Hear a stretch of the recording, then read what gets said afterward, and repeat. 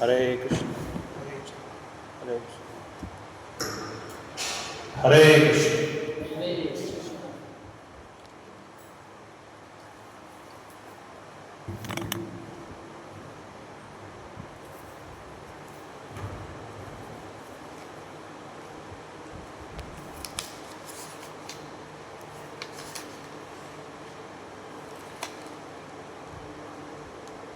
श्री नाम कीर्तन फ्रॉम மூணாவது கீதாவளி.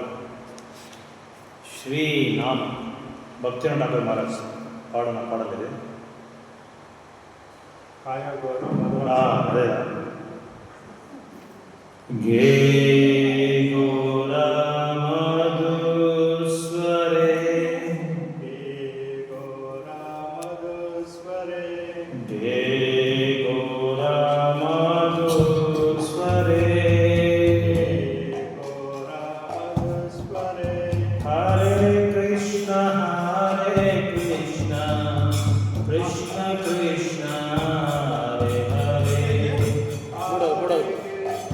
भक्तिवेदांत ठाकुर महाराज का पूरा पाठ। हरे राम राम राम हरे हरे।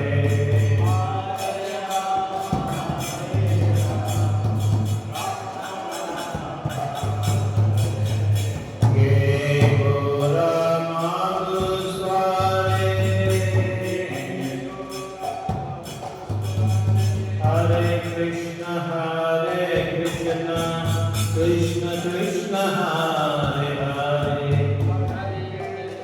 हरे Krishna Krishna Hare Hare Ram Ram Ram Hare Hare.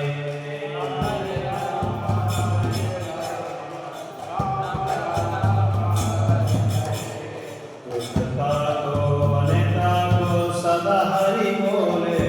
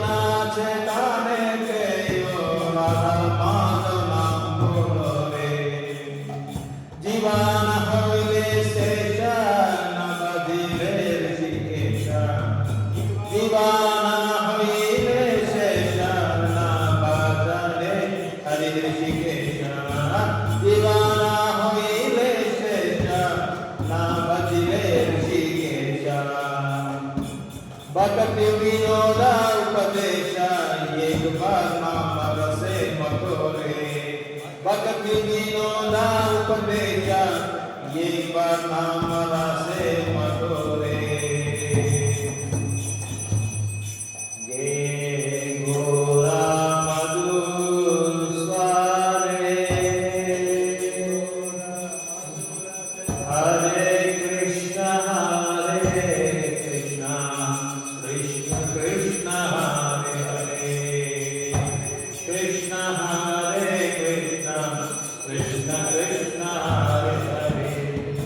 Hare Rama, Rama Rama, Hare Hare, Rama Rama, Rama Rama, Hare Hare. Gruhe tako mane tako sada hari bole tako. Gruhe tako mane tako sada hari bole tako. Sukhe dukhe bhulo na ko vadane hari nama bole. Hare Krishna, Krishna Krishna, Hare Hare, Hare Rama, Rama Rama, Hare Hare, Hare Krishna, Krishna Krishna, Hare Hare, Hare Rama, Rama Rama, Hare Hare, Hare Krishna, Krishna Krishna, Hare Hare, Hare Rama, Rama Rama, Hare Hare, Hare Krishna, Krishna Krishna, Hare Hare, Hare Rama, Rama Rama, Hare Hare. Jaya Radha Madhav, Jaya Radha Madhav, Radha Madhav, Jaya Radha Madhav, Radha Madhav, Jaya Radha Madhav, Radha Madhav, Jaya Radha Madhav, Jaya Prabhupada, Jaya Prabhupada, Prabhupada, Jaya Prabhupada, Jaya Prabhupada, Jaya Prabhupada, Prabhupada, Jaya Prabhupada. Jaya Jaya Gurudev,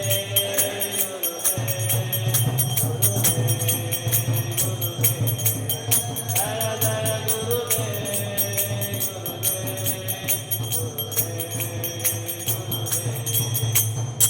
Hari Bol, Hari Bol, Hari Bol, Hari Bol.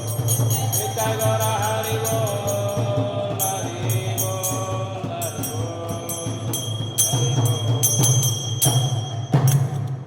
जय विष्णुपाद परमहंस पारिव्राजकाचार्य अष्टोत्तर सदशील भक्ति विलास श्री प्रभुपाद की जय विष्णुपाद परमहंस पारिव्राजकाचार्य अष्टोत्तर सदशील भक्ति सिद्धांत सरस्वती गोस्वामी महाराज की Vrindavan sir Goswami की प्रेम से जय श्री कृष्ण चैतन्य प्रभु नित्यानंद श्री अद्वैत गदाधर श्रीवासादि गौर भक्त श्री श्री राधा कृष्ण गोविंद राधा कृष्ण श्याम गोविंद धाम की वृंदावन धाम की नवनीत धाम की जगन्नाथपुरी धाम की गंगामय रमणीय अति भक्ति देवी श्रीमती तुलसी महारानी की अनंत कोटि वैष्णव वृंद के हिताय सिद्धांत दो all glories to assemble the salvation, all glories to assemble the salvation, all glories to assemble the salvation, all glories to Guru Shri Prabhupada ki jai.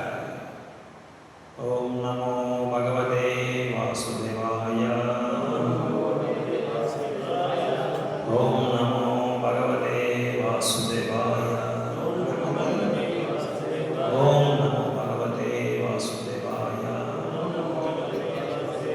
Narayanam Namaskrityam Naram Chaiva Narottamam Devim Saraswatim Vyasam Tado Jayamudire Nashtaprayeshu Abhadreshu Nityam Bhagavata Sevaya Bhagavate Uttamasloke Bhakti Bhavati Naistiti Mukam Karoti Vachalam Pantum Nangete Girim Kripatam Bhante Shri Gurun Dinatarinam Paramananda Madhava Shri Chaitanya Ishvara Krishnaya Vasudevaya Devaki Nandanaya Cha Nanda Gopa Kumaraya Govindaya Namo Namah.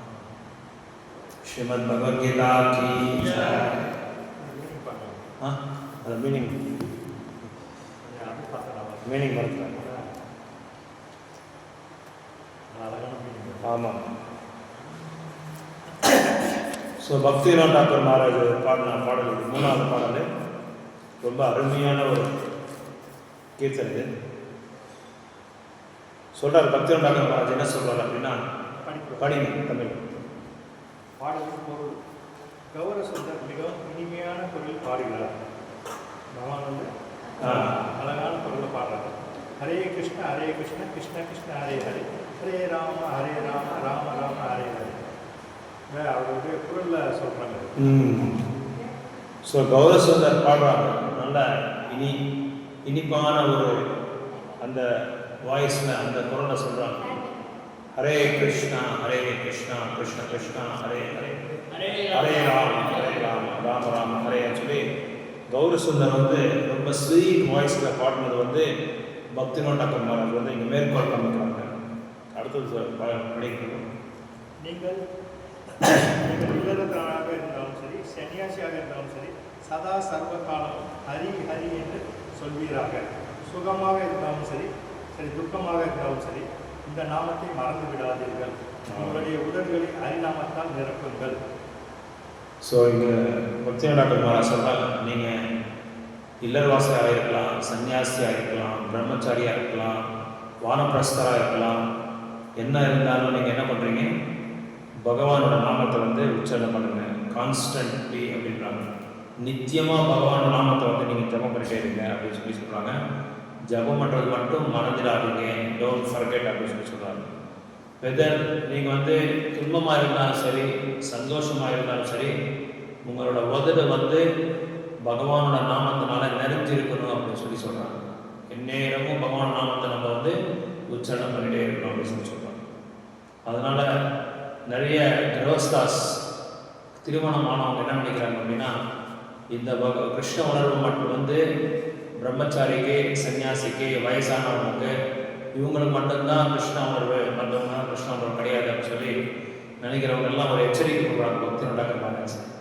இது அவங்களுக்கு மட்டும் கிடையாது, எல்லாருக்குமே அப்படின்னு சொல்லி சொல்கிறாங்க. Even 4 வர்ணங்கள் இருக்கு இல்லையா, அந்த 4 வர்ணங்கள் ஆசிரமங்கள் கூட எதுக்காக இந்த அமைப்பு பண்ணியிருக்காங்க அப்படின்னா, பகவான் வந்து சந்திருப்தி பண்ணி, பகவானை வந்து உயர்ந்தமான ஒரு சேவையை பண்ணி நம்ம சேவையை மேம்படுத்தி எப்பவும் பகவானோட சவனம் கீர்த்தனம் பண்ணுறதுக்காக தான் நம்மளுக்கு இந்த 4 வர்ணங்கள் 4 ஆசிரமத்தை கொடுத்துருக்காங்க அப்படின்னு சொல்லி சொல்கிறாங்க. பிரம்மச்சரியா, கிரகஸ்தா, வானப்பிரஸ்தா, சன்னியாச ஆசிரமம், அதே மாதிரி 4 ஜாதி இருக்குது. இது வந்து 4 ஆசிரமம், 4 வர்ணங்கள் வந்து பிராமணா, சத்ரியா, வைஷ்யா, சூத்ரா. ஸோ இந்த 4 வர்ணங்கள், இது 4 ஆசிரமங்கள் வந்து யாரால் கொடுக்கப்பட்டிருக்கு அப்படின்னா பகவான் கிருஷ்ணர் தான். சாதுர்வர்ணம் மயா சிஷ்டம் குணகர்ம விபாகஷயா அப்படின்னு சொல்லி சொல்கிறாங்க. இந்த 4 வர்ணங்கள் 4 ஆசிரமங்கள் வந்து என்னால் தான் கொடுக்கப்பட்டிருக்குன்னு சொல்லி சொல்கிறாங்க. பகவான் தான் இது கொடுத்துருக்காரு.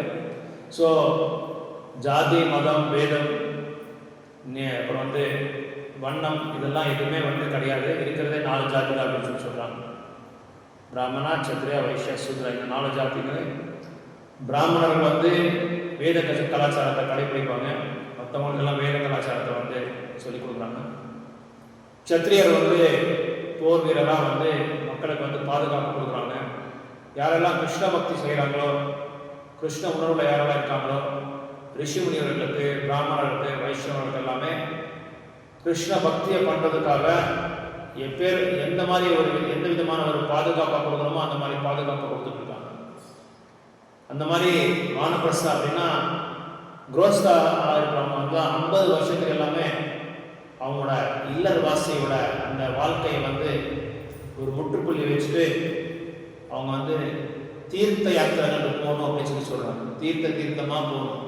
ஒரு புண்ணியக்ஷேத்திரங்களும் போய் பகவானை சேவிச்சுட்டு பிறகு அங்கே இருக்கிற உயர்ந்தமான ஒரு சாதுக்களை வந்து, சன்னியாசிகளோ சாதுக்களோ வந்து அவங்கக்கிட்ட நம்ம வந்து இணைந்து அவங்ககிட்ட பகவானை பற்றி கேட்டுக்கணும் அப்படின்னு சொல்லி சொல்கிறாங்க. அதான் வானப்பிரஸ்தாவோட ஸ்டேஜ். அதாவது புருஷனும் மனைவி 2 பேரும் போகணும். 50 வருஷம் ஆகுது. எல்லா புண்ணியக்ஷேத்திரத்துக்கு 2 பேரும் போயிட்டு எல்லா இதுவும் தீர்த்தாக்கலாம், மாயாபுரம், விருந்தாவன், பன்றாப்பூர், திருப்பதி, திருமலா, எல்லா எத்தனை தாமங்கள் இருக்கோ அந்த தாமங்கள். அதனால தான் அந்த ஸ்டேஜ் வந்து வானப்பிரஸ்தா ஸ்டேஜ் அப்படின்னு சொல்கிறாங்க. அதுக்கப்புறம் மனைவியோட பர்மிஷன் வாங்கி சன்னியாசம் எடுக்கணும் அப்படின்னு சொல்கிறாங்க. ஏன்னா వానప్రస్థ అయినగా సన్యాసం తీసుకోవచ్చు, గృహస్థాస్ కూడా తీసుకోవచ్చు, గృహస్థాస్ కూడా తీసుకోవచ్చు. ప్రభుపాదులే గృహస్థనే కదా. ఇప్పుడు కలియుగంలో పోయే కయ్యి దానికి தான் మనము தீர்க்காத்திற்கு போய் வானா అంటే அடிவே அப்படி சொல்றா. அந்த காலத்துல வந்து காட்டுக்கு போயிட்டு இருந்தாங்க. இப்போ வந்து நம்ம போக முடியாது. ஏன் போக முடியாதுன்னா அங்கே வந்து பகவானை சேவிக்கிற அந்த அளவுக்கு ஒரு அமைப்பு இல்லை, அது பாதுகாப்பு இல்லை. அதனால என்ன சொல்கிறாங்க பிரபுபாதர் அப்படின்னா, நீங்கள் வந்து க்ஷேத்திரமாக போய் அங்கே சில நாள் இருந்து நல்லா பகவானை பற்றி கேட்டுக்கிட்டு சிரவணம் பண்ணி பாகவதம் பகவத்கீதா அந்த மாதிரிலாம் படித்து நல்லா புரிஞ்சுக்கிட்டு நல்லா உணரிட்டு மற்ற க்ஷேத்திரங்கள்லாம் போயிட்டு கடைசியில் வந்து அவர் வந்து இது மனைவி கிட்ட பர்மிஷன் வாங்கி சன்னியாசம் எடுக்கலாம் அப்படின்னு சொல்கிறாங்க. ஏன் அப்படின்னா அந்த மனைவி அந்த பெண்கள் வந்து ஒரு சில 6 வகையான ஒரு நபர்கள் வந்து பாதுகாப்பு கொடுக்கணும்னு சொல்லி சொல்கிறாங்க சாஸ்திரங்கள். குழந்தைங்களுக்கு, அப்புறம் வந்து பெண்களுக்கு, வயசானவங்களுக்கு, அப்புறம் வந்து பசுமாடுக்கு, இது அப்புறம் வந்து குரு பத்னிக்கு, இவங்களுக்கெல்லாம் வந்து ஒரு பாதுகாப்பு கொடுக்கணும். முக்கியமாக பெண்கள் வந்து பிறப்பு எடுத்த பிறகு தாய் தந்தையோட பாதுகாப்பில் இருக்கணும், திருமணமான பிறகு அவரோட புருஷனோட பாதுகாப்பில் இருக்கணும், பிறகு திருமணம் ஆன பிறகு புருஷன், அதுக்கு பிறகு வந்து தன்னோட பையனோட பாதுகாப்பில் இருக்கணும். ஒருவேளை பையன் இல்லைன்னு அப்படின்னா அவங்க மேலே அவங்களுக்கு யாருக்கு ஒரு நம்பிக்கை இருக்கோ விசுவாசம் இருக்கோ அவங்களோட ஆசிரியத்தில் இருக்கணும் அப்படின்னு சொல்கிறாங்க. அதனால தான் பெண்கள் வந்து கல்யாணம் ஆகாமல் இருக்கக்கூடாது எந்த காரணத்தை கொண்டு சாஸ்திரங்கள் வந்து சொல்லப்பட்டிருக்கு. ஏன்னா பெண்கள் வந்து இயற்கையாகவே வந்து அவங்க வந்து பலகீனமாக இருக்கிற இயற்கை அவங்க இருக்கிறதுனால அவங்க என்றைக்குமே வந்து பாதுகாப்பு தேவை. பாதுகாப்பு இல்லைன்னா ரொம்ப கஷ்டம். அதனால தான் பெண்களை வந்து அந்த காலத்தில் பெரும்பாலும் வெளியே அனுப்புறது இல்லை, வாசப்படி தாண்டி போகிறது இல்லை யாருமே. ஆனால் இப்போ சூழ்நிலை வேறு, இப்போ டோட்டலாக மாறிடுச்சு. இப்போ அவங்களோட சதவீதம் தான் நிறைய இருக்குது. எல்லா டிபார்ட்மெண்ட்லையும் பார்த்தா பஸ் கண்டக்டர் உட்பட, ஆட்டோ டிரைவர் உட்பட, அப்புறம் வந்து கலெக்டர் ஆஃபீஸு, எல்லா கவர்மெண்ட் டிபார்ட்மெண்ட்லையும் அவங்க தான் நிறைய பேர் இருக்காங்க. சம உரிமை வேற கேட்குறாங்க, எங்களுக்கு சமானமாக உரிமை கேட்குறாங்க. இப்போ கூட 33% பண்ணியிருக்காங்க, பார்லிமெண்ட் பண்ண போகிறாங்க. அது முடியல. ஸோ அதனால் பெண்கள் வந்து பாதுகாப்பாக இருக்கணும் அப்படின்னு சொல்லி சொல்கிறாங்க. ஸோ வானப்பிரஸ்தர் வந்து பிரபு சொன்ன மாதிரி வனத்தில் போய் தபஸை செய்யணும். அது முடியாத காலத்தில் பிரபுபாதர் என்ன சொல்கிறாரு, கலியுகத்துலலாம் அது வந்து ப்ராக்டிக்கல் கிடையாது, இது வந்து செயல்படுத்த முடியாதுன்னு சொல்லி என்ன பண்ணுறாங்க, நீங்கள் நம்ம கோயிலே இருக்கலாம், கோயிலே இருந்துட்டு நீங்கள் அதனால இப்போ என்ன பண்ணுறாங்கன்னா எங்கள் கோயிலெலாம் 55-58 வயசு ஆனவங்களுக்கு கோயிலேயே ஒரு சின்ன ரூம் கட்டிருப்பாங்க. அங்கேயே அவங்க சேவிச்சுட்டு அங்கேயே இருந்துடுறாங்க. அங்கேயே இருந்து பகவான் வந்து சேவை செஞ்சுட்டு பிரச்சாரம் பண்ணுறது, அந்த மாதிரி இப்போ பிரபு எப்படி பண்ணுறாங்க, பிரச்சாரம் போகிறது, கோயிலை பார்த்துக்கிறது, அந்த மாதிரி பண்ணிவிட்டு அங்கேயே அவங்க வந்து கடைசி இந்த லாஸ்ட் மூச்சு வரைக்கும் பகவான்கிட்டே இருந்து அந்த ஒரு பாக்கியம் வந்து ரொம்ப ரொம்ப கஷ்டம். யாருக்குமே அந்த பாக்கியம் கிடைக்கிறது இல்லை. அது கொடுத்து வச்ச பாக்கியம். அதாவது பகவானே வந்து தானாக கொடுத்த ஒரு பெரிய வரப்பிரசாதம். இப்போ நான் நினச்சா கூட நம்ம வந்து கோயில் இருக்க முடியாது. அது ஒரு பெரிய உயர்ந்தமான ஒரு பாக்கியம். அந்த பாக்கியம் வந்து எத்தனை பிறப்பு சாதனை பண்ணியிருக்கோம்னு நமக்கு தெரியாது. அந்த பழைய முன் பிறவையில் வந்து ஏதோ ஒரு 2 நூலில் மிஸ் ஆகிடுச்சு அப்படின்னு சொல்லுவாங்க இல்லையா, அந்த மிஸ் ஆன 2 நூல் தான் இப்போ கொடுத்துருக்காங்க அந்த பாக்கியம். ஸோ அங்கே சொல்கிறாங்க, அதனால தான் சுத்தமாக இருந்து துக்கமாக இருந்தால் கூட நீங்கள் பகவானை நாமத்தை சொல்கிறீங்க. நீங்கள் சன்னியாசம் இருந்தாலும் பரவாயில்ல, வானப்பிரஸ்தாவாக இருந்தாலும் சரி, குரோசாக இருந்தால் பரவாயில்ல, உங்களோட உதடு வந்து ஹரிநாமத்தோட நிறைஞ்சிருக்கணும் அப்படின்னு சொல்லி சொல்கிறாங்க. 3வது படிக்கணும், நீங்கள் மாயின் வலையில் பந்தப்பட்டு பலனின்றி கடுமையாக உழைக்க வேண்டியுள்ளது. மனித வாழ்வில் முழு உணர்வை அடைந்துள்ள நீங்கள் ராதா மாதாவின் திருநாமத்தை சொல்வீராக. ஸோ நம்ம யாரோட கட்டுப்பாட்டில் நம்ம இருக்கிறோம் அப்படின்னா மாயாவோட கட்டுப்பாட்டில் இருக்கிறோம். அந்த மாயாவோட கட்டுப்பாட்டில் இருக்கிறதுனால நம்ம என்ன செய்கிறோம், வர கொடுத்து நம்ம ரொம்ப கஷ்டப்பட்டு இருக்கோம். வேர்வை கொட்டிக்கிட்டு காலிலேருந்து சாயங்காலம் வரைக்கும் என்ன செய்கிறோம், பயங்கரமாக நம்ம வந்து புலன்பத்துக்காக நம்ம வந்து வேலை செஞ்சுருக்கோம். So bound up in the network of Maya, are forced to toil fruitlessly. Now we are applying full consciousness. ஆனால் இந்த மனித வாழ்க்கையை விட்டு வேறு எந்த வாழ்க்கையிலும் வந்து பகவானுக்கு சேவிக்கிற அந்த பாக்கியம் நமக்கு வந்து கிடைக்காது. அதனால தான் இப்போ உங்களுக்கு என்ன கொடுத்துருக்கேன், மனித வாழ்க்கையை கொடுத்துருக்கேன். அந்த மனித வாழ்க்கையை வச்சு நீங்கள் யாரை வந்து ஆராதனை பண்ணணும், யாரோட நாமத்தை சொல்லணும், ராதா மாதாவோட நாமத்தை சொல்லணும் அப்படின்னு சொல்லி சொல்கிறாங்க. ஓகே, 4வது, உங்கள் ஆயுள் எந்த நேரமும் நிறைவு பெறலாம். நீங்கள் இன்னும் ரிஷிகேசனுக்கு புலன்களின் அதிபதிக்கு சேவை செய்யவில்லை. இந்த பக்தி வினோட்டாளர்களின் உபதேசத்தை ஏற்று ஒரு முறையாவது நாம ரசத்தை அனுபவிங்கள். பக்தி வினோட்டாளர் மகாராஜ் சொல்கிறாரு, அவரோட உபதேசத்தை நீங்கள் கேளுங்க அப்படின்னு சொல்கிறாங்க. பக்தி வினோட்டாளர் மகாராஜோட உபதேசம் என்ன சொல்கிறாங்க அப்படின்னா, இந்த வாழ்க்கை வந்து தண்ணியில் அந்த பபுள்ஸ் என்ன சொல்கிறாங்க, அது இல்லை சின்ன அந்த வாட்டர் குமிழிகள் மாதிரி, அது எவ்வளோ நேரம் இருக்குது குமிழிகள், ஒரு செகண்ட் கூட இருக்காது, டப்புன்னு அப்படியே போயிடும். அந்த மாதிரி நம்ம மனித வாழ்க்கை என்னைக்கு எப்போ போகிறதுன்றது நம்ம சொல்ல முடியாது, டக்குன்னு அப்படியே போயிடும். அதனால் இந்த மனித வாழ்க்கையை வந்து சரியாக பயன்படுத்திக்கோங்க, அது துர்விநியோகம் பண்ணிக்காதீங்கன்னு சொல்லி சொல்கிறாங்க. ஏன்னா ரிஷிகேஷா அப்படின்னா குலங்களுக்கு வந்து அதிபதி பகவான் கிருஷ்ணர். அவரை சந்திருப்தி பண்ணுறதுக்காக தான் நம்ம முயற்சி பண்ணமே தவிர நம்மளை சந்திருப்தி பண்ணுறதுக்காக நம்ம முயற்சி பண்ணக்கூடாது அப்படின்னு சொல்கிறாங்க. Your life may end at any moment and you have not serve the lord with senses. நம்மளோட குலங்களை வந்து நம்ம சந்தோஷப்படுத்துறதுக்காக நம்ம முயற்சி பண்ணிட்டு இருக்கோமே தவிர ரிஷிகேஷனாக பகவான் கிருஷ்ணனோட குலங்களை வந்து நம்ம சந்தோஷப்படுத்துறதுக்கு நம்ம முயற்சி பண்ணல.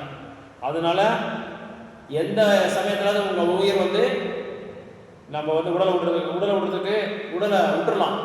அதனால் நீங்கள் என்ன செய்வீங்க, என்னோட இந்த பக்தியோட டாக்டர் மகாராஜோட அட்வைஸை நீங்கள் எடுத்துக்கோங்க. ஸோ அட்லீஸ்ட் ஒரு தடவையாவது பகவான நாமத்தை சொல்லுங்க அப்படின்னு சொல்கிறாங்க.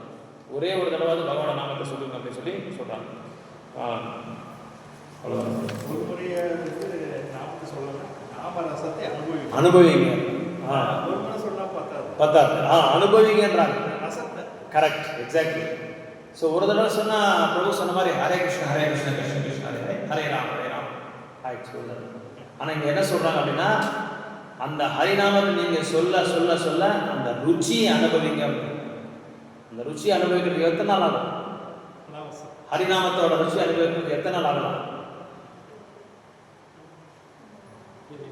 சொல்லவே முடியாது. நம்மளோட ஸ்ரத்த, நம்மளோட தீவிரம், பகவானோட அருள், குருவோட அருள், இது இருந்தால் தான் நம்ம வந்து சுத்த நாமத்தை வந்து சாண்ட் பண்ண முடியும். 3 வகையான நாமம் இருக்கு. நாமாபாஸ், அப்புறம் அது என்னது, அபராதத்தை வச்சுக்கிட்டு நாமத்தை சொல்றது, அபராதம் இல்லாத நாமத்தை ஜபம் பண்ணுறது. 3வது வந்து சுத்தநாமம். சுத்தநாமம்னா சமாதி ஸ்டேஜில் போய் பகவான நாமத்தை சொல்றது. அந்த நாமத்தில், அந்த சுத்த நாமத்தில் அந்த நிலை நம்ம வந்து பகவானோட நாமத்தை சொல்லிட்டு இருக்கும்போது நம்ம கண்ணில் இருந்து ஆனந்த பாஸ்கரம் வரணும், ஆனந்த கண்ணீர் வரணும், மயிரெல்லாம் அப்படியே நிற்கணும். ரோமாஞ்சம் அப்படின்னு சொல்லுவாங்க. ரோமாஞ்ச கப்பா சுத்தரங்க பாது அப்படின்னு சொல்கிறாங்க.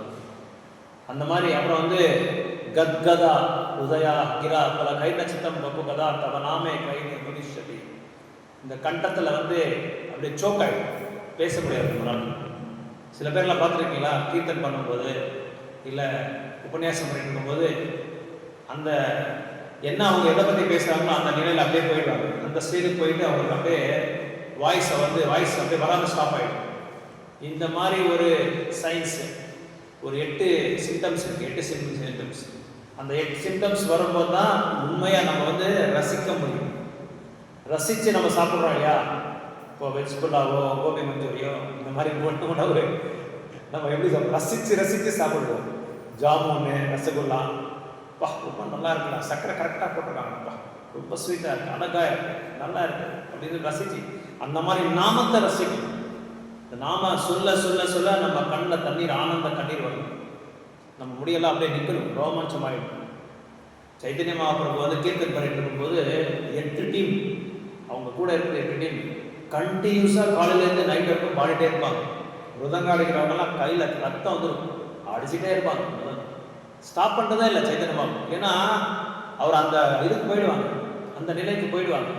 அந்த சமாதி ஸ்டேஜோட நிலைக்கு போகிறதுனால அவங்களுக்கு கீர்த்தன் பண்ண எதுவுமே தெரிய மாட்டாங்க. அதனால் அந்த அந்த இதை வந்து நம்ம ரசிக்கணும், அந்த டேஸ்ட்டை வந்து ரசிக்கணும். அதை ரசிக்கும் போது தான் அந்த நாமத்தோட ருச்சி நம்மளுக்கு தெரியும். இப்போ நம்ம பண்ணுற ஹரிநாமம் எல்லாம் எப்படி இருக்கும்? டேஸ்ட்டே இல்லை. உப்பு கம்மியாக இருக்கும், காரம் ஜாஸ்தியாக இருக்கும், புளிப்பு ஜாஸ்தியாக இருக்கும் இல்லையா, அப்புறம் டோஸ் அடிச்சுட்டே இருப்போம் தூக்கும் போது, சேட்டிங் பண்ணும்போது நிறைய அபராதங்கள் நான் நிறைய பண்ணுவோம். அப்புறம் நிறைய ராமாரை விட்டுறோம், கிருஷ்ணரை விட்டுறோம், ஹரையை விட்டுறோம். முக்கியமாக வந்து கையில் மொபைல் வச்சுட்டு பார்த்துட்டே சேட் பண்ணுவோம். வாட்ஸ்அப்பில் என்ன வந்திருக்கு, டெலிகிராமில் என்ன வந்திருக்கு, இன்ஸ்டாகிராமில் என்ன வந்திருக்கு, யார் என்ன மெசேஜ் அனுப்பிச்சிருக்காங்க. நம்ம பகவத்கீதா புக் எடுத்து படிக்கிறோமா, பாகவதா புக் எடுக்கிறோம், ஃபேஸ்புக்கு மட்டும் பார்த்து படிச்சுட்டே இருக்கும். டெய்லி ஒரு நாள் தவறாமல் ஃபேஸ்புக்கு பார்க்குறோம், அந்த புக்கை மட்டும் நம்ம மிஸ் பண்ணுறது. ஸோ இந்த மாதிரி எல்லாம் இருக்கும்போது என்ன நாமத்தோட ருச்சியை வந்து நம்ம வந்து ரசிக்க முடியாது. அந்த ரசிக்கிறது தான் பகவானோட அந்த பக்தி என்றது வந்து ரசிக்கிறது.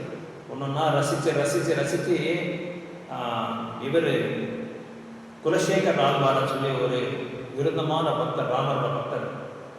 அவர் காலையில் வந்த உடனே அவங்களோட அந்த சபையில், ராஜசபையில் வந்து எல்லாருமே உட்காந்துருப்பாங்க. எல்லாரும் உட்காந்துட்டு எல்லா ராஜசபையும் என்ன பண்ணுவாங்க அப்படின்னா, நாட்டில் என்னென்ன பிரச்சனை இருக்கோ அதை பற்றி வந்து பேசுவாங்க. இந்த மாதிரி பிரச்சனை இருக்குது, இந்த நாட்டில் இந்த மாதிரி பிரச்சனை இருக்குது, அந்த மாநிலத்தில் இந்த மாதிரி பிரச்சனை இருக்குது, மக்களுக்கு வந்து சரியாக விளைச்சல் இல்லை, ஐ மீன் பயிர் இதெல்லாம் சரியாக இல்லை, விவசாயம் இதாக இல்லை, மழை சரியாக இல்லை, இந்த மாதிரி பேசிட்டு இருப்பாங்க. ஆனால் இவங்களோட சபையில் என்ன பேசுவாங்க அப்படின்னா, வந்தவுடனே ராமாயணத்தை பற்றி சொல்லணும், ராமாயணத்தை பற்றி சொல்லணும். அவர் அப்படியே கேட்டே இருப்பார். யாராவது பௌதிக விஷயத்தை பேசினா உட்கார பண்ணியிருப்பார், பேசக்கூடாது. முதல்ல ஸ்டாண்டிங் இன்ஸ்ட்ரக்ஷன்ஸ், எதுவும் ராமகதா கேட்ட பிறகு தான் எல்லா பிரச்சனையும் அப்புறம் தான் நான் பேசுவேன் அப்படின்னு சொல்லுவார். அவர் சொல்ல என்ன பண்ணுவார் அப்படின்னா, அப்படியே அந்த எந்த ஒரு பகுதி பற்றி சொல்கிறாங்களோ அந்த பகுதிக்கு அங்கேயே போயிடுவார். அப்படியே அவர் அங்கே இருக்கிறதே அவருக்கு தெரியறதில்லை. அவர் அரசபையில் இருக்காருன்றது அவங்களுக்கு தெரியாமல் ஒரு தடவை என்ன ஆச்சுன்னா, தண்டகாரண்யத்தில் ராமர் வந்து சில 12,000 அசுரர்களை வந்து வதம் பண்ணுறாங்க. 14,000 கரெக்டாக சொல்லுவாங்க, 14,000 கரெக்டாக சரியாக தெரியல, 14,000. ஸோ அந்த ஆயிரக்கணக்கான அசுரங்களை வந்து வதம் பண்ணும்போது ராமர் என்ன சொன்னார், லக்ஷ்மணன் முன்னாடி போகிறாரு. அண்ணா நீங்கள் போங்க, நான் உள்ள நான் பார்த்துக்கிறேன் உள்ள, நீங்களாம் எதுக்கு நான் இவங்களெல்லாம் சொல்லி அவரை பின்னாடி அனுப்புகிறார். ராமர் சொல்கிறாரு, நான் சொல்கிற மாதிரி நீ செய், நீ பின்னாடி போ, நான் அவங்கள பார்த்துக்கிறேன். இல்லைனா நீங்களாம் போகக்கூடாதுதான். ஏன்னா லக்ஷ்மணுக்கு வந்து ராமருக்கு எந்த விதமான கஷ்டத்தை கொடுக்கக்கூடாது. அவரோட லக்ஷ்மணன் வந்து அந்த மாதிரி பக்தி பண்ணிக்கிறார். அவர் பண்ணுற பக்தியை ராமர் வந்து சுகமாக சந்தோஷமாக சீதா மாதா கூட வாழணும், அவ்வளோதான். வேறு எந்த விதமான நோக்கமும் அவர் கிடையாது. ஆனால் ராமர் வந்து நான் சொல்கிறேன் லக்ஷ்மணா நீ உள்ள போ. லக்ஷ்மணன் கொஞ்சம் கோவம் ஜாஸ்தி, பயங்கரமான கோவம். நான் சொல்கிறேன் நீ உள்ள போ அப்படின்னாரு. அப்போ லக்ஷ்மணன் கோவம் வந்தது. ஏன் கோவம் வந்ததுன்னா, நீங்கள் மூத்தவர் ஆனப்படிங்க தானே, மூத்தவர் ஆனதுனால இந்த மாதிரி தான் சொல்கிறீங்க. அடுத்த பீரியடில் பார்க்குறாங்க, அடுத்த யுகத்தில் நான் வந்து அண்ணனா வரேன், நீங்கள் தம்பியாக வரீங்க அப்படின்னு சொல்லி அவர் கிருஷ்ண பலராமராக வந்தார். அப்போ இது சொல்லிட்டு இருக்கும்போது ராமர் ஒருத்தரே வந்து இந்த 14,000 அசுரங்களை எப்படி வதம் பண்ணுவாங்க, பாவம் ஒருத்தரே இருக்காரு அப்படின்னு சொல்லி இவருக்கு துன்பத்துக்கு ஆளாயிட்டார். யாரு? குலசேகர் ஆழ்வார். அந்த துன்பத்துக்கு ஆளாயிட்டாரு. ராமர் ஒருத்தரே போறாருன்னு சொல்லி கமாண்டர் இன் சீஃபை கூப்பிட்டு எல்லா படைகளை வந்து கூட அழிச்சிட்டு போகலாம், வாங்க நம்ம ராமருக்கு வந்து ஹெல்ப் பண்ணலாம், ராமர் கூட வந்து நம்ம போர் பண்ணி அந்த அசுரங்களை நம்ம வதம் பண்ணலாம் சொல்லி எல்லாரும் இப்போ அழிச்சிட்டு போறாங்க. என்ன சொன்னாலும் கேட்க மாட்டேன்றாரு. அப்போ என்ன ஆச்சுன்னா, மந்திரி என்ன பண்ணாரு அப்படின்னா, அந்த பக்கத்துல இருந்து ஒரு படை வந்துருவீங்க, எந்த பக்கத்துல நம்ம எங்களுக்கு ஆப்போசிட்டா இப்படி போறாங்க அப்படின்னா நீங்க ஆப்போசிட்டா ஒரு படை அந்த பக்கத்து வான்னு சொல்லி அப்படி பிளான் பண்ணி அமைச்சிருக்காங்க. ஸோ இவங்க போயிட்டு இருக்கும்போது அந்த ஆப்போசிட் சைடில் ஒரு படம் அப்படியே வருது. அந்த படையில் வந்து குலசேகர் ஆழ்வார் சொல்றாரு, மன்னாரே ராமர் வந்து 14,000 அசுரங்களை வதம் பண்ணிட்டாரு, இப்போ நாங்கள் கூட அங்கேருந்து தான் நாங்கள் வந்துட்டு இருக்கோம், அவங்களால வதம் பண்ணியாச்சு, நம்ம ஒன்றும் போக அவசியம் இல்லை அப்படின்னு சொல்கிறாங்க. அப்படியா? எப்படி? இல்லை நாங்கள்லாம் போயிட்டு இருந்தோம், அங்கேயே வந்து ராமர் கூடலாம் நாங்கள் சகாயம் பண்ணி ஹெல்ப் பண்ணி எல்லா அசுரங்களும் நாங்கள் வதம் பண்ணிட்டோம், அதனால் நம்ம வந்து போக அவசியம் இல்லை அப்படின்னு சொல்லுவோம். அப்படியா? சரி, ஓகே, இப்போ தான் எனக்கு சந்தோஷமாக இருக்குது, சரி வாங்க நம்ம கிளம்பி போகலாம்னு சொல்லி எல்லாமே அப்படி ரிட்டர்ன் வந்துடுறாங்க. அப்படி இது எதுக்காக அப்படி நான் சொல்கிறேன் அப்படின்னா, அந்த சிரவணம் பண்ணும்போது பகவான் மேலே எவ்வளோ அந்த பிரேம பாவம், அந்த அந்த என்ன சொல்கிறது, ரியலைசேஷன் எப்படி எல்லாம் உணர்றாங்க பாருங்கள். நம்ம கூட கேட்டுட்டு இருக்கும்போது ஒன்று வேறு ஏதோ யோசனை இருக்கும் நம்மளுக்கு. வீட்டில் என்ன ஆகுது, கடையில் என்ன ஆகுது வியாபாரம், வெளியே ஆஃபீஸில் என்ன ஆகுது, நாளைக்கு என்ன பிரச்சனை, நாளைக்கு என்னென்ன ப்ராப்ளம் ஃபேஸ் பண்ணணும், இதுதான் நம்ம மைண்டில் ஓடிட்டே இருக்கும். ஆனால் குலசேகர் ஆழ்வார் அவ்வளோ உயர்ந்தமான ஒரு ஆழ்வார் என்ன பண்ணுறாங்கன்னா, அந்த உண்மையாகவே அந்த இதுக்கு அப்படி போகிறாரு, அந்த நிலைக்கு போயிடுறாரு. அந்த நிலைக்கு போய் அதை வந்து உணர்றாரு. பார்த்தியா, ராமர் ஒருத்தரே இருக்காரு, நம்ம எல்லாருமே சும்மா உட்காந்துருக்கோம் அப்படின்னு சொல்லி படையே கூட்டிகிட்டு போயிடுறாரு. படையே கூட்டிகிட்டு போயிடுறாரு. ஆனால் அவங்க வந்து வேணாண்டர் பண்ணல. அந்த அந்த மாதிரி ஒரு கான்சியஸ்னஸில் அவர் கேட்குறாரு. அந்த கேட்குறத அந்த கான்சியஸ்னஸில் கேட்குறாங்க. அதை கேட்கறதுனால என்னாச்சுன்னா அவங்களுக்கு ராமர் மேலே அவரை பற்று, பகவான் மேலே அவரை பற்று. ஸோ இப்படி நம்மளோட அந்த ஸ்ரவணம் பண்ணுறது வந்து அவ்வளோ ஸ்ரத்தையாக, சின்சியராக, சீரியஸாக நம்ம கேட்கும்போது பகவான் வந்து அதை வந்து பாராமீட்டர் வச்சு மெஷர் பண்ணுறாங்க. உண்மையாக இவர் கரெக்டாக கேட்குறாரா, இவருக்கு ஸ்ரத்தை இருக்கா, அதை பார்த்து.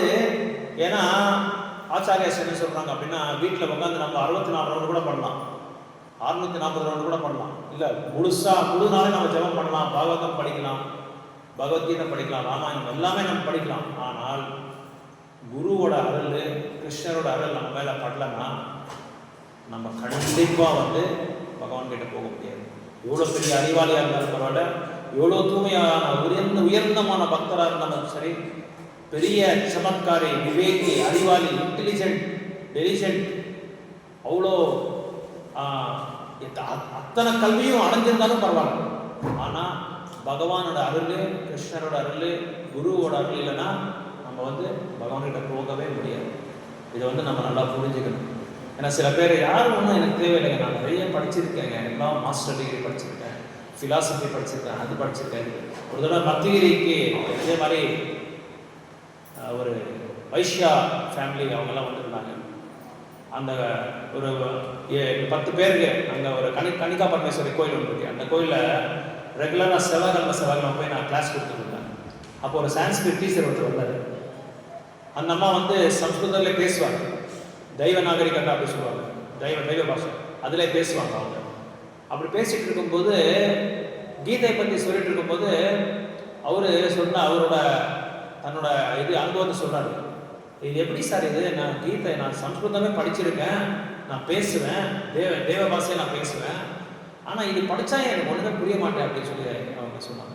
இப்போ நான் சொன்னேன், மாதாஜி இது நீங்கள் நிறைய சம்ஸ்கிருதத்தில் படிச்சிருக்கலாம், பெரிய வித்தாக இருக்கலாம், ஆனால் பகவான் மேலே பக்தி, அப்புறம் வந்து பணிவு, சகிச்சிக்கிற தன்மை, அப்புறம் வந்து மற்ற ஜீவராசிகள் மேலே அந்த அனுகம்பம், அந்த கம்பேஷன், அதெல்லாம் இல்லைன்னா இறக்கமனம், இதெல்லாம் இல்லாமன்னா நம்ம வந்து பகவானை புரிஞ்சிக்க முடியாது. ஸோ ஞானம் மட்டும் இருந்தால் பத்தாது, ஞானம் ப்ளஸ் வைராக்கியம், பக்தி இதெல்லாம் இருந்தால் தான் நம்ம வந்து இதை புரிஞ்சிக்க முடியும் அப்படின்னு சொல்லி அவங்க சொன்னதுனால, அதுக்கப்புறமா அவர் ரொம்ப நாள் படிச்சிருக்காரு கீதை, புரியல அவங்க என்ன படித்தாலும் புரியல அவருக்கு. அதனால் வெறும் பௌதிகமான கல்வியை வச்சு, பௌதிகமான இந்திரியங்களை வச்சு பகவானை பற்றி, பகவானோட விஞ்ஞானம் அப்படின்னு சொல்கிறாங்க, science, it is called science of Krishna bhakti அப்படின்னு சொல்கிறாங்க. கிருஷ்ண பக்தின்றது வந்து ஒரு விஞ்ஞானம், அந்த விஞ்ஞானத்தை நம்ம புரிஞ்சிக்க முடியாது அப்படின்னு சொல்கிறாங்க. அது புரிஞ்சுக்கிறதுக்கு நம்மளுக்கு என்ன வேணும், ஏவம் பரம்பரா பிராப்தம் இவம் ராஜர்ஷயோ விது சகாலே நேஹ மகதா யோகநஷ்ட பரந்தம் அப்படின்னு சொல்லி கிருஷ்ணர் வந்து 4ஆம் அத்தியாயத்தில் 2ஆம் ஸ்லோகத்தில் சொல்கிறாங்க. உண்மையாக நாம் பகவானை பற்றி நம்ம புரிஞ்சுக்கணும், பக்தியை பற்றி புரிஞ்சுக்கணும் அப்படின்னா அதுக்கு பிராமணிகமான ஒரு தக்க குரு வேணும் அப்படின்னு சொல்கிறாங்க. அந்த தக்க குருவோட அந்த கட்டளைகளை வந்து நம்ம சரியாக கடைப்பிடிக்கலைன்னா நம்ம இந்த பக்தியை வந்து நம்ம புரிஞ்சிக்க முடியாது. அதனால் பௌத்திகமான கல்வியை வந்து ஒரு பெரிய சாதனையாக நம்ம வந்து வச்சுக்கிட்டு பக்தி சேவை பண்ணால் பக்தி வந்து நம்மளுக்கு ஒட்டாது. அதுக்கு வைஷ்ணவோட கருணை வேணும், வைஷ்ணவர்களோட அந்த அவங்களோட அந்த கண் பார்வை நம்ம மேலே விழணும். அதனால தான் சைத்தன்ய மகாபிரபு என்ன பண்ணுவார் அப்படின்னா, எப்பெல்லாம் ஜெகநாத் புரிக்கு போகிறாரோ போகும்போது கரெக்டாக போய் கருட ஸ்தம்பத்துக்கிட்ட தான் நிற்பார். ஏன் கருட ஸ்தம்பக்கிட்ட நிற்பார் அப்படின்னா, பகவான் பார்வை எல்லாம் அங்கே தான் கருடர் மேலே தான் இருக்குமா. இப்போ எந்நேரமும் பகவானோட பார்வை எல்லாம் கருடர் மேலே வந்துட்டே இருக்குமா. ஸோ அங்கே நின்றுட்டு ஆட்டோமேட்டிக்காக கருடரை கூட விழுந்த அந்த பார்வை இவங்களே விழுந்துடும். அதனால் மகாபிரபு அங்கே போய் நிற்கிறாங்க. இந்த பக்தின்றது ஒரு சைத்தன்ய மகாபிரபுவோட காலகட்டத்தில் ஒரு சின்ன லீலை ஒன்று பற்றி சொல்கிற பாருங்க, ரொம்ப அருமையான ஒரு லீலை. ஒரு நாள் மகாபிரபு வந்து அவங்களோட கொழுவோட எல்லாம் வராங்க, ஜெகநாதரை தரிசனம் பண்ணிக்கிறதுக்காக நின்றுட்டு இருக்காங்க. எல்லாம் வெளியே எல்லாமே கூட்டமாக இருக்கு. ஸோ ஒரு வயசான கிழவி, அந்த கிழவி வந்து எப்படியாவது ஜெகநாதரை பார்க்கணும் அப்படின்னு சொல்லி ரொம்ப ஆவலா இப்படி இந்த பக்கம் எட்டி பார்க்குறது, அந்த பக்கம் எட்டி பார்க்குறது அப்படின்னு பயங்கரமாக முயற்சி பண்ணுறாங்க. ஆனால் பார்க்க முடியல, ஏன்னா ஷார்ட் வேற, ரொம்ப கொக்குலமாக இருக்காரு. அப்புறம் மகாபிரபு நின்று இருக்காரு, அவரோட இது தோல் மேலே ஏறி ஏறிருக்காரு. மகாபிரபுவோட தோல் மேலே ஏறி நின்று பார்க்குறாரு, ஜெகநாதா ஜெகநாதா ஜெகநாதான்னு சொல்லி கூப்பிடுறாரு. அவர் யாரும் கூட கண்டுக்கல. நம்ம சாதாரணமாகவே ஒரு கால் நமக்கு ஒரு வைஷ்ணவர் மேலே டச் பண்ணாலும், இல்லை சாதாரணமாக ஒரு கர்மி மேலே டச் பண்ணா கூட நம்ம என்ன செய்யறோம், சாரி சார் அப்படின்னு சொல்லி நம்ம எதுக்கு சொல்லுங்க, நம்ம சாரி சொல்றது பார்க்கணும். யாராவது சொல்லுங்க பார்க்கணும். ஒரு நபரை வந்து நம்ம காலை தாக்கிட்டா நம்ம எதுக்கு நம்ம சாரி சொல்லி நம்ம கும்பிட்டுக்கோம்? எக்ஸாக்ட்லி. எல்லாரோட இதயத்தில் யார் இருக்காரு? பகவான் இருக்கார், பரமாத்மா உருவத்தில் இருக்கார். அதனால அதுக்காக தான் நம்ம வந்து அவங்களை டச் பண்ணி நம்ம வந்து சாரி சொல்றது. ஏன்னா பகவானையே ஒதுக்கிற மாதிரி சமானம் அது. அதனால தான் யார ஈவன் அபக்தரா இருந்தா கூட அவங்க நம்ம எப்படி பார்க்கணும்? அபக்தரா இருந்தா கூட நம்ம எப்படி பார்க்கணும்? இவன் என்ன சாண்டிங் பண்றதுல, ஜபம் பண்றதுல, பிரசாதம் சாப்பிட்றதுல, இவன் எதுக்கு நம்ம கண்டுக்கணும் அப்படின்னு சொல்லி நம்ம பார்க்க கூடாது. அவங்களை எப்படி பார்க்கணும்? நம்ம எப்படி பார்க்கணும்? அவங்கள சரிசமமா பார்க்கணும். அதனாலதான் கிருஷ்ணர் சொல்றாரு கீதையில, வித்யா வினயா சம்பன்னே பிராமணே கவிஹஸ்தினி சுனிச்சைவ ஸ்வபாக்கேச்சா பண்டிதா சமதர்ஷனா. அதாவது ஒரு பண்டிதர், ஒரு உண்மையான பண்டிதர் அப்படின்னு சொல்லி எப்ப நம்ம அவங்கள சொல்லலாம் அப்படின்னு சொன்னா, ஒரு யானையும் ஒரு செண்டாலனும், செண்டாலன்னா நாய்கறி சாப்பிட்றாங்க, யானையும் செண்டாலனையும் பிராமணரையும் எல்லாரோட இதயங்களும் யார் இருக்காங்க? பரமாத்மா இருக்கிறதுனால எல்லாரையும் நம்ம எப்படி பார்க்கணும்? பண்டிதா சமதர்ஷனம், நம்ம சமதர்ஷனமா பார்க்கணும், சமானமா நம்ம பார்க்கணும். அப்பதான் நம்ம வந்து இவங்க பகவானோட அம்சங்கள். அதனாலதான் அப்படி பார்க்கறது. எல்லாருமே பகவானோட அம்சங்கள் தான். அதனாலதான் பகவான் வந்து உங்களுக்கு தனிப்பட்ட ஒரு உணவை கொடுத்துருக்கேன், அந்த விலங்குகளுக்கு ஒரு தனிப்பட்ட உணவை கொடுத்துருக்கேன் அப்படின்னு சொல்லி சொல்றாரு.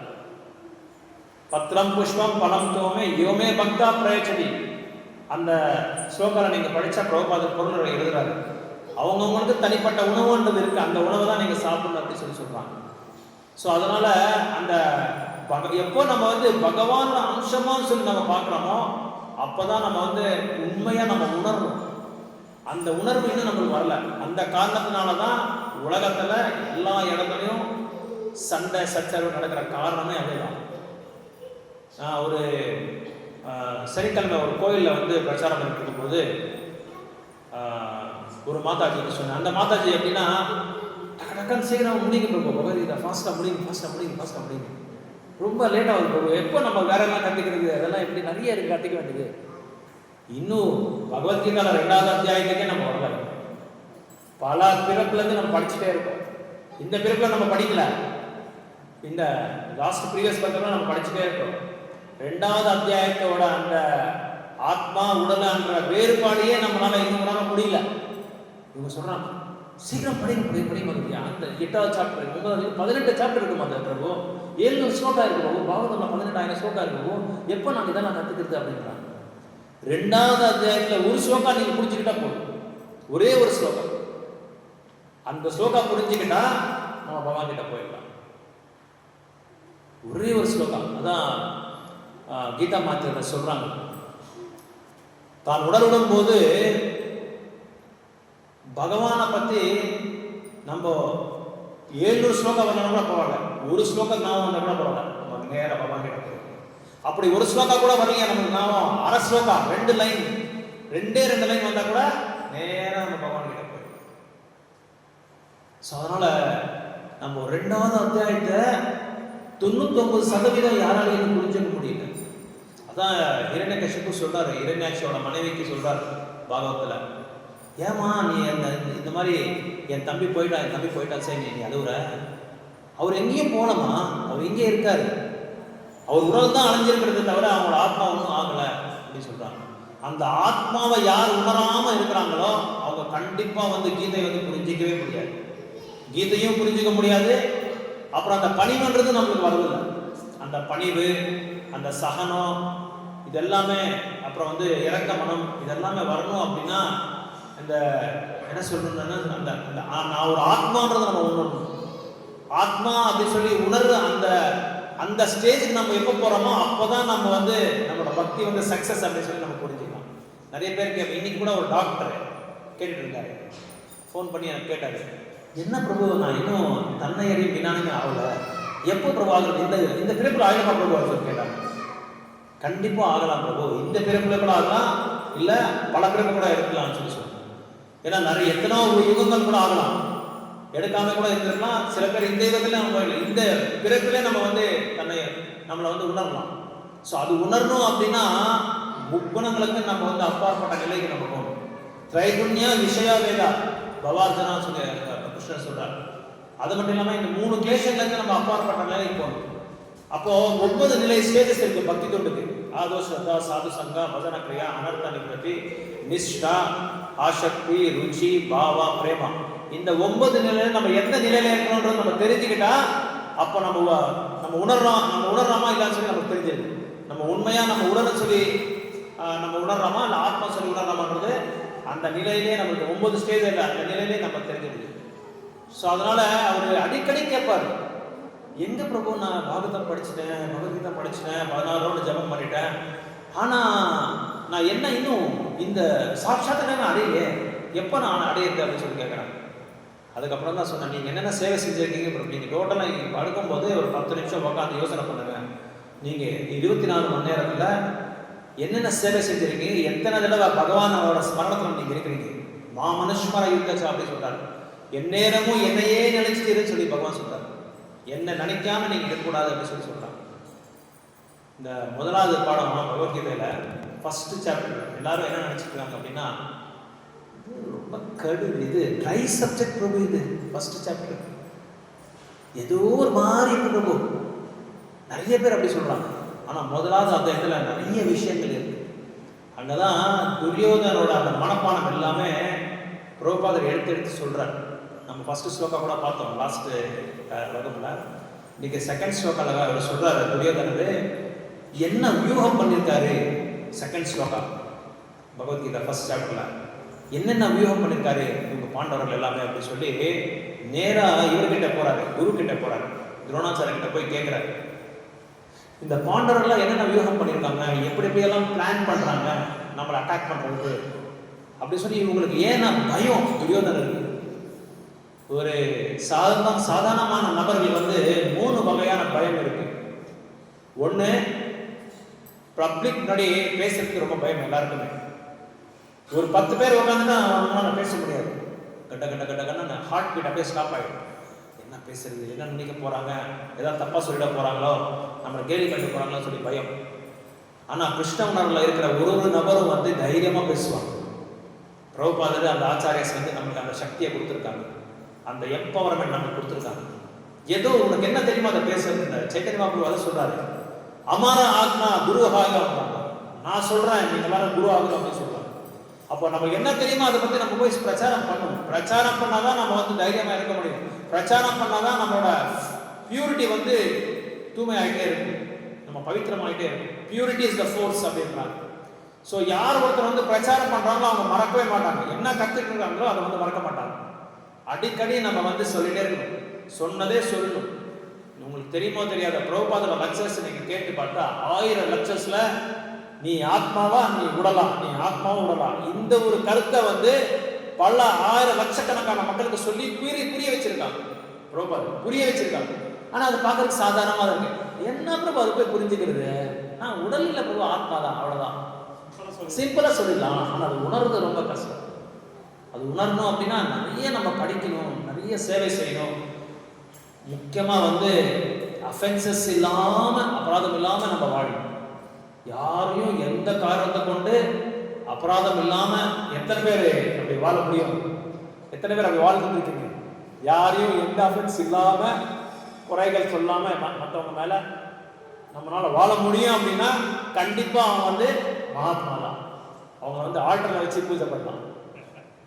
எப்படி நம்ம குரு வச்சு நம்ம பூஜை பண்ணுறோமோ அந்த மாதிரி ஆல்டரில் ஒரு ஒரு காமெடி, சின்ன காமெடி. ஒரு பிரபு ஒருத்தர் இருந்தார். அவரு மனைவியன்னா ரொம்ப ரொம்ப விருப்பம். அவருக்கு பயங்கரமாக அட்டாச்மெண்ட் எல்லாருக்குமே இருக்கு, யாருக்குமே இல்லைன்னு சொல்ல ரோசரான இருக்கணும். ஏன்னா மனைவியன்னா நம்ம வந்து அவங்கள நேசிக்கணும், அவங்க நம்மளை நேசிக்கணும். அப்போதான் நம்ம பகவானை நேசிக்க முடியும். ஏன்னா அந்த நேசிக்கிற அந்த இயற்கை நம்மகிட்ட போயிடும். நான் நேசிக்கிறோம், ஆனால் எப்படி நேசிக்கிறோம் அப்படின்னா என்னோட மனைவியை எப்படியாவது பகவான் கிட்ட போய் கொண்டு போய் சேர்க்கணும், அந்த மாதிரி நேசிக்கணும். அதே மாதிரி மனைவி புருஷனை, என் புருஷனை எப்படியாவது பகவான் கிட்ட போய் சேர்க்கணும், நாங்கள் எல்லாம் பகவான் கிட்ட போய் நல்லா சேவை செய்யணும், அந்த மாதிரி ஒரு அன்பு நம்ம காமிக்கணுமே தவிர குழந்தைங்களுக்கு அவ்வளோ அந்த மாதிரி என்ன. ஏன்னா குழந்தைங்களை வந்து வெறுப்பு காமிக்கக்கூடாது என்னைக்குமே, எல்லாரையும் நேசிக்கணும். ஏன்னா பகவானால அனுப்பிச்ச அந்த ஆத்மாக்கள் அவங்க எல்லாமே சும்மா சாதாரணமான ஆத்மாக்கள் கிடையாது, தேர்ந்தெடுத்த ஆத்மாக்கள் அப்படின்லாம். அதனால அவர் என்ன பண்ணாரு, ரொம்ப அட்டாச்மெண்ட் இருந்துடக்கூடாது. மனைவியோட தான் புருஷனோட தான் ரொம்ப அட்டாச்மெண்ட். அதாவது எங்க போனாலும் அப்படியே ஐஸ் காத்த மாதிரி விட்டுக்கிட்டே இருப்பாங்க. அந்த மாதிரி இருக்கக்கூடாது. அப்படின்னு என்ன அர்த்தம்னா, ஏன் அந்த மாதிரி சொல்றேன்னா, தன்னோட மனைவி வந்து உடல் விட்டுறாரு இவருக்கு முன்னாடியே. அவர் என்ன பண்ணாரு, அந்த செப்பரேஷன், அந்த விரகத்தை அவங்களால தாங்க முடியல. நாளைக்கு அழுதுட்டே இருக்காங்க, சாப்பிடல. உண்மையா நடந்தது. அதுக்கப்புறம் என்னாச்சுன்னா, ஒரு தடவை பக்தர்கள்லாம் அவங்க வீட்டுக்கு வந்து அவங்கள வந்து பராமரிக்கிறதுக்காக வந்திருக்காங்க. பராமரிக்கிறது வரும்போது ஆல்டர்லாம் பார்த்தாங்க. எப்போ வந்தாலும் பக்தர்கள் என்ன பண்ணுவாங்க, ஆல்டர்கிட்ட போய் பகவானை பார்த்துட்டு எல்லாரையும் அவங்க வணங்கிட்டு அதுக்கப்புறமா தான் அடுத்தது பேசுவாங்க, அடுத்த கட்டம். அப்படி பார்க்கும்போது அந்த ஆல்டரில் ஒரு மாதாஜி இருக்காங்க. யாரை போய் இவங்க அப்படின்னு சொல்றாங்க, எங்க மாதாஜி கிளம்பு, என்னை விட்டுட்டு போயிட்டாரு, என்னால் தாங்க முடியல, அந்த வலியை என்னால் தாங்க முடியல. ஆல்டரில் அவங்க மனைவி ஃபோட்டோ வச்சுட்டு டெய்லி ஆராதனை பண்ணிட்டு.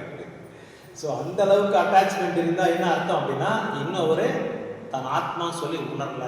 இந்த பிறகுல அவங்க மனைவி, பின்பிறகுல மனைவியா, அதுக்கு பின்பிறகுல அவர் மனைவியா, அதுக்கு பின்பிறகு அவர் மனித வாழ்க்கை இருக்கா, அது கூட நம்மளுக்கு தெரியாது. எந்த வாழ்க்கையில இருக்கா நம்மளுக்கே தெரியாது.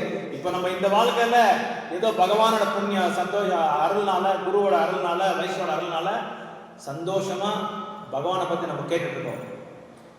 கதாமிருதம், கிருஷ்ண கதாமிருதத்தை பத்தி நம்ம கேட்கிறோம். ஆனா இந்த கடைசி பிறவில எந்த பிறவில இருந்தாலும் நமக்கு தெரியாது. எலி பிறவியா இருக்கலாம், விலங்கு பிறவியா இருக்கலாம், இல்ல மரமா இருக்கலாம், செடியா இருக்கலாம், எந்த பிறவியும் தெரியாது. ஏதோ பகவானோட அந்த அருள்னால, குருவோட அருள்னால இன்னைக்கு சந்தோஷமா நம்ம வந்து ரசிக்கிறோம். அப்படியே பகவானோட லீலையை வந்து ரசிக்கிறோம். அப்படியே அந்த ஒரு அதிருஷ்டம், பாக்கியம் நம்மளுக்கு கிடைச்சிருக்கு. வேற எந்த பிறவிலும் நமக்கு கிடைக்கல. அதனால அந்த அளவுக்கு too much attachment is very bad சொல்றாங்க. அது ரொம்ப ரொம்ப ஓவரா பண்றதுனால என்ன ஆயிடுன்னா, ஏன்னா அப்ப நம்ம செஞ்ச பக்தி எல்லாமே அப்படியே அழிஞ்சு போயிடும். அப்போ என்ன ஆகுது, அந்த ஒரு பிரபுக்கு அடுத்த பிறகு என்ன ஆகுது தெரியுமா அவங்களுக்கு? அந்த மாதிரி அவங்களுக்கு வந்து யாருக்கா தெரியுமா? மாதாஜி வயிற்றுல மாதாஜியாவே பிறந்துருவார். அதே மாதிரி பிறந்துருவார், அப்படியே பிறந்துருவார். அதே மாதிரி மாதாஜி பிரபு மேல அந்த மாதிரி அட்டாச்மெண்ட் தான் மாதாஜி அந்த ஆண் பிறவை எடுப்பார், அந்த பிறவே எடுத்துருவார். அதனால ரொம்ப கேர்ஃபுல்லா இருக்கணும். எம் பாபி ஸ்மரன்பாவம் கஜந்தந்தே கலேவரம் தாம் தாம் வேதி கௌந்தைய சதாதன் பாவ பாவிதா. அந்த நம்ம வந்து அந்த கலேவரம், அந்த கடைசி நேரத்துல யார என்ன நினைச்சு நம்ம உடலை விடுறோமோ அதுக்கு தகுந்த மாதிரி தான் பிறப்பு வரும். நம்மளுக்கு அதுக்கு தகுந்த மாதிரி தான் பிறப்பு வரும். அதனால ரொம்ப ஜாக்கிரதையா நம்ம இப்ப தயாரிக்கிற ஒரு செகண்ட் வந்து அந்த கவுண்ட் ஆகும். எப்படி எலெக்ஷன்ல ஒரு ஓட்டு கவுண்ட் ஆகுமோ அந்த மாதிரி நம்மளோட ஒரு உணர்வு, ஒரு செகண்ட், ஒரு அந்த என்ன சொல்றது, அந்த அனுபவம் எல்லாமே நம்ம வந்து அடுத்த பிறகுக்காக இப்ப தயாரிச்சுட்டே இருக்கோம், ப்ரிப்பேர் ஆகிட்டே இருக்கோம். ஸோ இந்த பிறப்புல வந்து எந்த அளவுக்கு நம்ம வந்து பகவானுக்கு சரணடைகிறோமோ அந்த சதவீதம் பகவான் வந்து நம்மளுக்கு வந்து கண்ணை கொடுத்துட்டே இருப்பார். அதனால ஒரு செகண்ட், ஒரு நிமிஷமும் வந்து யார் நினைச்சிட்டே இருக்கணும், பகவான் நினைச்சிட்டே இருக்கணும். அப்படின்னு சொல்லி நம்ம வேலையை விட்டுறக்கூடாது. இல்லறவாசியா நம்ம என்ன வேலை செய்யணுமோ அதையும் செய்யணும். அந்த வேலை சமயத்தில் அதான் சொல்றார் பகவான், நீ போர் பண்றியா அர்ஜுனா, நீ போர் பண்ணு. ஆனா போர் பண்ணும்போது யாரை நினைக்கிற, நீ என்ன நினைச்சிட்டே பண்ணு அப்படின்றாரு. என்ன நினைச்சு தஸ்மாத் சர்வேஷு காலேஷு மாமனுஸ்மர யுகச்ச அப்படின்றாங்க. தஸ்மாத் சர்வேஷு காலேஷு, எல்லா காலத்தையும் நீ யாரை நினைக்கிற? சர்வமும் நானே சொல்லி நீ நினைச்சுக்கோ. எப்போ உன்னையே நினைச்சு என்னையே நினைச்சுக்கிடு. என்ன நினைச்சிட்டு நீ போறப்பன என்ன ஆகிற? என்கிட்ட வந்து நீ சேர்ந்தது அப்படின்னு சொல்லி சொல்றாங்க. ஸோ எந்நேரமும் பகவானை பற்றி நம்ம ஸ்மரணம் பண்ணணும். அதனால 3 விதமான பயங்கள் இருக்கு. முக்கியமாக நம்மளோட பக்தியை வந்து நம்ம ஏன் அடைஞ்சிடறோம் அப்படின்னா இந்த 3 வித வகையான பயத்துக்காக தான். ஒன்று, பப்ளிக் பிளேஸில் நம்ம வந்து பேசுறதுக்கு ரொம்ப பயமா இருக்கும் நம்மளுக்கு. ரெண்டாவது வந்து மேலே பறக்கும்போது பெரும்பாலும் எல்லாருக்குமே மேலே அப்படி ஃப்ளை ஆகிடுறாங்க, அந்த டைம் வந்து பயமா இருக்கும் எல்லாருக்குமே. அதே மாதிரி 3வது வந்து ரொம்ப முக்கியமான ஒரு பயம். என்ன சொல்லுங்க பார்க்கலாம்? அது வேற, அது ஒரு பயம். முக்கியமான எல்லாருக்குமே பயம் இருக்கு. 100% உலகத்தில் எல்லாருக்குமே இருக்கு இந்த பயம். அதேதான் வேற எதுவும் கிடையாது. பக்கத்து வீட்டில் நேற்று இறந்துட்டாரு, நான் இப்போ இறந்து போறேன், எனக்கு பயமா இருக்கு. அவனுக்கு இந்த நோய் வந்துருச்சு, அவனுக்கு அந்த நோய் வந்துருச்சு, பயமா இருக்கு. என்னைக்கு நம்ம இறந்துடுறோமோ அப்படின்னு சொல்லி அந்த ஒரு பயம். இந்த 3 பயத்தினாலே நம்ம என்ன செய்யறோம்? பக்தி எல்லாமே விட்டுறோம். அந்த பயம்ன்றது ஒரு பௌத்திகமான ஒரு பொருள். ஸோ துரியோதனருக்கு ஒரு பயம். ஏன்னா பாண்டவரோட அந்த செட்டப் இருக்கு பாருங்க, அந்த ஆர்மி செட்டப் ரொம்ப அமக்களமா பண்ணியிருக்காரு. அந்த செட்டப் எப்படி பண்ணியிருக்காரு அப்படின்னா வஜ்ராயுதம் அப்படின்றாங்களா, அந்த வஜ்ராயுதத்தோட செட்டப்ல பண்ணியிருக்காரு. அதாவது உள்ள வந்து எந்த ஒரு எதிரி கூட உள்ள நுழையக்கூடாது. நுழைஞ்சா அவன் அங்கேயே என்ட்ரன்ஸ்லேயே இதாகிடும். அந்த மாதிரி ஒரு செட்டப்பை பார்த்து பயந்துட்டாரு. இதுக்கெல்லாம் வகையான செட்டப் இருக்கு. குருட்சேத்திரத்தில் நீங்க பார்த்தா மசலை குரோக்கடாயில், அந்த குரோக்கடாயில் ஷேப்ல ஆர்மியை செட்டப் பண்ணுவாங்க போர் வீரர்களை. அதே மாதிரி வஜ்ராயுதம், அந்த வஜ்ராயுதம் ஷேப்ல வந்து செட்டப் பண்ணுவாங்க. ஸோ இந்த செட்டப் எல்லாம் பார்த்துட்டு அப்புறம் சக்கர வியூகம் இதெல்லாம் தெரியும் இல்லைங்களா, அந்த வியூகம். அதாவது இப்போ செஸ் பிளே பண்ணும்போது நம்ம எப்படி செக் பேட் வைக்கிறோம் கிங்குக்கு, ராஜாக்கு, அந்த மாதிரி ஒரு வியூகத்தை வந்து பாண்டவர்கள் அதை பார்த்த உடனே அவங்களுக்கு துரியோதனருக்கு கண் அப்படியே கூசுது. அவனுக்கு இப்படி எல்லாம் மக்களமா இருக்க செட்டப்பு. அது மட்டும் இல்லாம பாண்டவருக்கு வந்து பாண்டவர்கள் 7 அச்சோகினி மட்டும்தான் இருந்தது, அவங்களோட அச்சோகினி. கௌரவருக்கு வந்து 18 அச்சோகினி இருந்தது. ஒரு அச்சோகினி அப்படின்னா 27,800 சில்லற குதிரைகள், யானைகள், 1,00,000க்கு மேல கால் வீரர்கள். அது மட்டும் இல்லாம ஆயிரக்கணக்கான குதிரை ஓட்டுறவங்க, குதிரை போர் வீரர்கள். இது வந்து ஒரு அச்சோகினிக்கு. இந்த மாதிரி 18 அச்சோகினி கௌரவர்கிட்ட இருந்தார். கௌரவர்கிட்ட பாண்டவர்கிட்ட 7, அந்த பாதி கூட இல்லை. ஆனாப்பா துரியோதனர் அர்ஜுனர் வந்து கிருஷ்ணன் கிட்ட போகும்போது அர்ஜுனர் வந்து கிருஷ்ணனை தேர்ந்தெடுத்தாரு. ஆனா துரியோதனர் என்ன பண்ணாரு? உங்க நாராயண சேனை எனக்கு வேணும் அப்படின்னு சொன்னாங்க. உங்களோட நாராயண சேனை கொடுத்தா போதும், வேற எதுவும் வேண்டாம் அப்படின்னு சொல்லிட்டாங்க.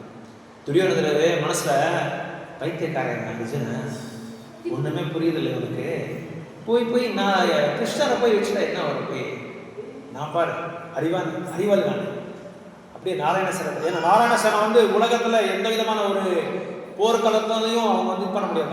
நாராயண சேனை முன்ன நிற்க முடியாது, தோக்கவே முடியாது. அவங்க வந்துட்டா யாரும் தோக்க முடியாது. அந்த அளவுக்கு பவர்ஃபுல் பெட்டாலியன் அது. அதை தான் நான் அடைஞ்சிட்டேன் அப்படின்னு சொல்லி அதை வாங்கிட்டு போறாரு. ஆனா அவருக்கு தெரியாது கிருஷ்ணர் ஒருத்தர் இருந்தா எந்த நாராயண சேனாவும் தேவையில்லை அப்படின்னு சொல்லி தெரியாது. அதனால அர்ஜுனர் என்ன பண்ணாரு? கிருஷ்ணரை தேர்ந்தெடுத்தாரு.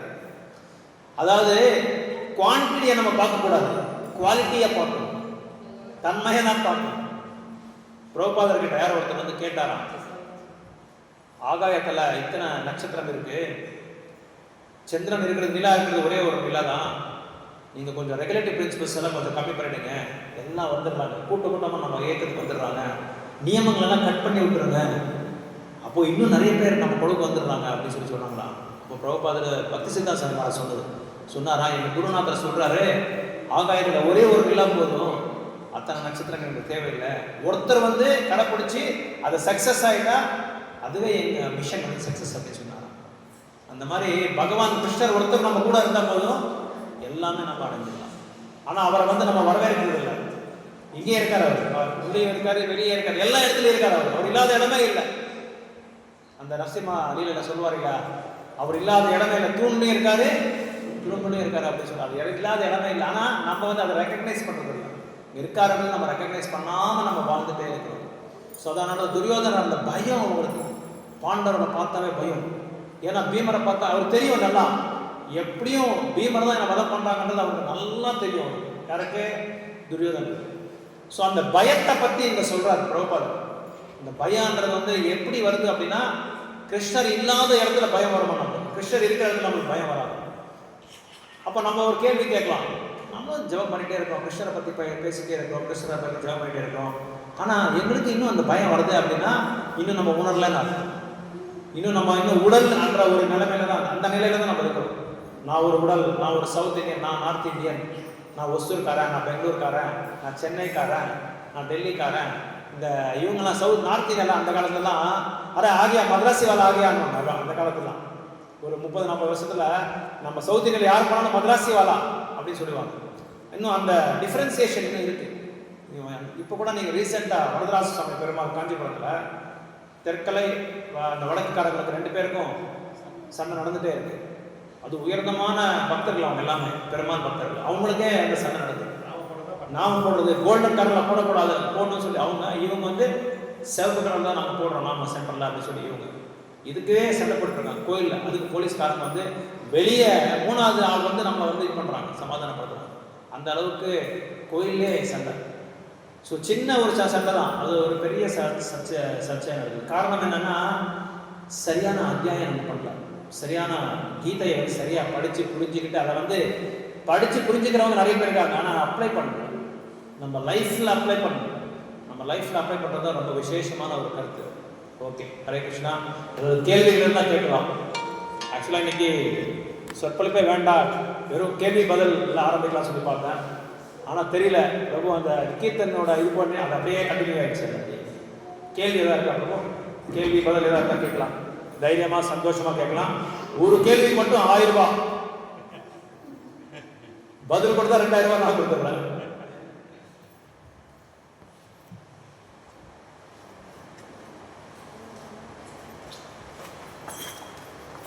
நீங்க கேள்வி கேட்கலாம், நான் கேள்வி கேட்கிறேன். நீங்க குருமார் அதுதான் சொல்லுவாங்க, நீங்க கேட்கல அப்ப நான் கேட்கிறேன், நீங்க சொல்லுங்க அப்படி கேட்க.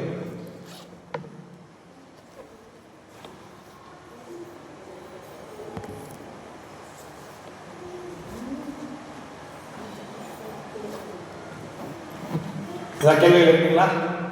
ஹரே கிருஷ்ணா.